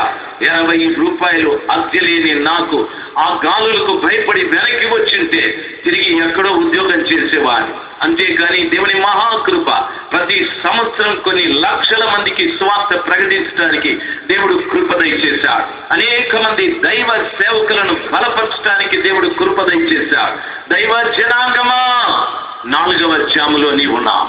ఈ 4వ జాములో నీ ముందు గాలి, నీ వెనకల ప్రభు, మధ్యలో నీవు నిలబడి ఉన్నావు. గాలుల్ని చూసి భయపడకు, గాలుల్ని చూసి జడిసిపోకు, గాలుల్ని చూసి వెనక్కి వెళ్ళిపోకు. ముందుకు వెళ్ళటానికి ప్రయత్నం చేయి. అందరికీ నడిపించే దేవుడు నీ వెనకలే నిలబడ్డాడు. అందరూ కళ్ళు మూసుకుందాం, అందరూ కళ్ళు మూసుకుందాం. మహిమగల దేవుడు మన పట్ల కార్యం జరిగించు రీతిగా నేను చిన్న ప్రార్థన చేసి ముగించేస్తాను. అందరూ కళ్ళు మూసుకుందాం. హల్లెలూయా. దయచేసి తొందరగా కళ్ళు మూసుకుందాం, లేచి నిలబడదాం. మహిమా స్వరూపైన దేవుడు మన దేవుడు. చక్కటి సందేశం మనం వినటానికి ప్రభు కృప చూపెట్టాడు. రాత్రి ఈ స్థలంలో కూర్చున్న ప్రతి బిడ్డ ఆలోచించవలసిన సమాచారం, నేను ఎక్కడున్నాను అనే ప్రశ్న నువ్వు వేసుకుంటే 4వ జాములో ఉన్నావు. నా పరిస్థితి ఏమిటి అని అంటే, నీ ముందు గాలులు, నీ వెనకల గాలిని అణిచివేసే దేవుడు నా యేసయ్య అంటున్నాడు, సముద్రమా నిమ్మలించు, గాలి సత్తనిగిపో, సముద్రమా నిమ్మలించు, గాలి సత్తనిగిపో అని శాసించు దేవుడు నీ వెనకలే నిలబడ్డాడు. నోరు తెచ్చి ప్రభు దగ్గర మొరపెట్టు. ఆశ్చర్యకరమైన దేవుడు కార్యం జరిగించని. ఆశ్చర్యకరమైన మా ప్రియ తండ్రి, అద్భుతకరుడమైన మా ప్రభా, మీ ప్రశస్తమైన నామాన్ని బట్టి నిన్ను స్తుతిస్తున్నా. రాత్రి మీ ప్రియ బిడ్డలకు చెప్పిన ఏ వాక్యం కూడా మీ బిడ్డల జీవితాలలో కార్యము జరిగించకుండా ఉండకూడదు స్వామి. ప్రతి బిడ్డ ఈ వాక్యము ద్వారా బలపరచబడి వెళ్ళాలి స్వామి. ఏ గాలులు మీ బిడ్డల్ని వెనక్కి పంపకుండా ప్రతి గాలిని ఎదుర్కొంటూ ముందుకు వెళ్ళి మీ రాజ్యంలో ప్రవేశించే శక్తిమంతులుగా ఒక్కొక్కరిని చెయ్యండి స్వామి. మీ నామం మహిమపరచబడని ఈ కూడికలు ఏర్పాటు చేసిన దైవజనుడి కుటుంబాన్ని, వారి సంఘ బిడ్డల్ని ఆశీర్వదించండి. ఈ పిఏ సిస్టమ్ ఏర్పాటు చేసిన బిడ్డల్ని, వీడియో తీస్తున్న బిడ్డల్ని, ఈ వాయిద్యములు వాయించిన బిడ్డల్ని పేరును దీవించండి. మీరే మహిమ పొందుకోనమని ప్రయాణం అయిపోతున్న నాకు మీరు తోడుగా ఉండి రేపటి నుండి జరిగే కూడికల్లో కూడా నీ శక్తితో నన్ను నింపమని యేసు క్రీస్తు ప్రశస్త నామమున ప్రార్థన చేసి వేడుకుంటున్నాను పరలోకపు తండ్రి. ఆమేన్. అందరూ చెప్దాం ఆమేన్. తండ్రి యొక్క ప్రేమయు, ఆయన కుమారుడైన యేసు క్రీస్తు ప్రభుల వారి సమాధానం, పరిశుద్ధాత్మ దేవుని యొక్క సహవాసం మనకును మన వారికి అందరికీ సదాకాలము తోడయుండునుగాక. ఆమేన్. ప్రియ దైవ జనాంగమా, దయచేసి మా పరిచర్యల కొరకు ప్రార్థించండి చెప్పాను. బైబిల్ ట్రైనింగ్ స్కూల్, హాస్టల్, ఆ తర్వాత ఈ టీవీ ప్రోగ్రాములు, చర్చి ప్లాంటేషన్, ఇవన్నిటి కొరకు దయచేసి ప్రార్థించండి. మీ దగ్గర నేను కోరుకునే గొప్ప సహాయం ప్రార్థన. మీకోసం కూడా ప్రార్థించగా ఆసక్తి కలిగినటువంటి వారు ఆ టీవీ కార్యక్రమాలు చూడండి. దేవుని వాక్యం చేత మీరు ఇంకా బలపరచబడటానికి అవకాశాలు ఉంటాయి. ఈ 3 రోజులు వాక్యం చెప్పడానికి నన్ను ఆహ్వానించిన దైవజనులు కృపానందం గారికి నా హృదయపూర్వకమైన ధన్యవాదాలు. దేవుడు మిమ్మల్ని దీవించని. ఈరోజు బయలుదేరి నేను వెళ్ళాలి. రేపటి నుండి బెంగళూరు పట్టణంలో ఉన్నాయి. దయచేసి కూడికల కొరకు మానక ప్రార్థన చేయండి. ప్రతిరోజు ఎక్కడో ఒక దగ్గర వాక్యం చెప్తూ ఉంటా. నా ఆశ నేను చనిపోయేటంత వరకు నమ్మకంగా, యథార్థంగా, శక్తివంతమైన పరిచర్య చేయాలని ఆశ. దానికి మీ సహకారం, మీ ప్రార్థనలో నన్ను జ్ఞాపకం చేసుకోవాలని ప్రేమపూర్వకంగా మనవి చేస్తున్నాను. అందరికీ నా హృదయపూర్వకమైన ధన్యవాదాలు. దేవుడు మిమ్మల్ని దీవించుగాక. ప్రియ దైవజనాంగమా, ఈ సందేశము మీకు ఆశీర్వాదకరంగా ఉన్నదని మేము నమ్ముచున్నాము. దీని ద్వారా మీరు పొందిన ఆత్మీయ మేలులను మాకు తెలియచేయండి. మీ ప్రార్థన అవసరతల కొరకు, మా ఇతర క్యాసెట్స్ మరియు సిడీల వివరాల కొరకు మమ్మల్ని సంప్రదించండి.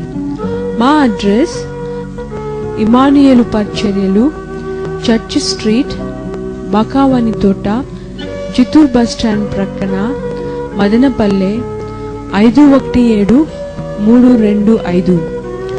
మా ల్యాండ్ ఫోన్ నంబర్ 085712252929. ప్రభు మిమ్మల్ని ఆశీర్వదించునుగాక. ఆమేన్.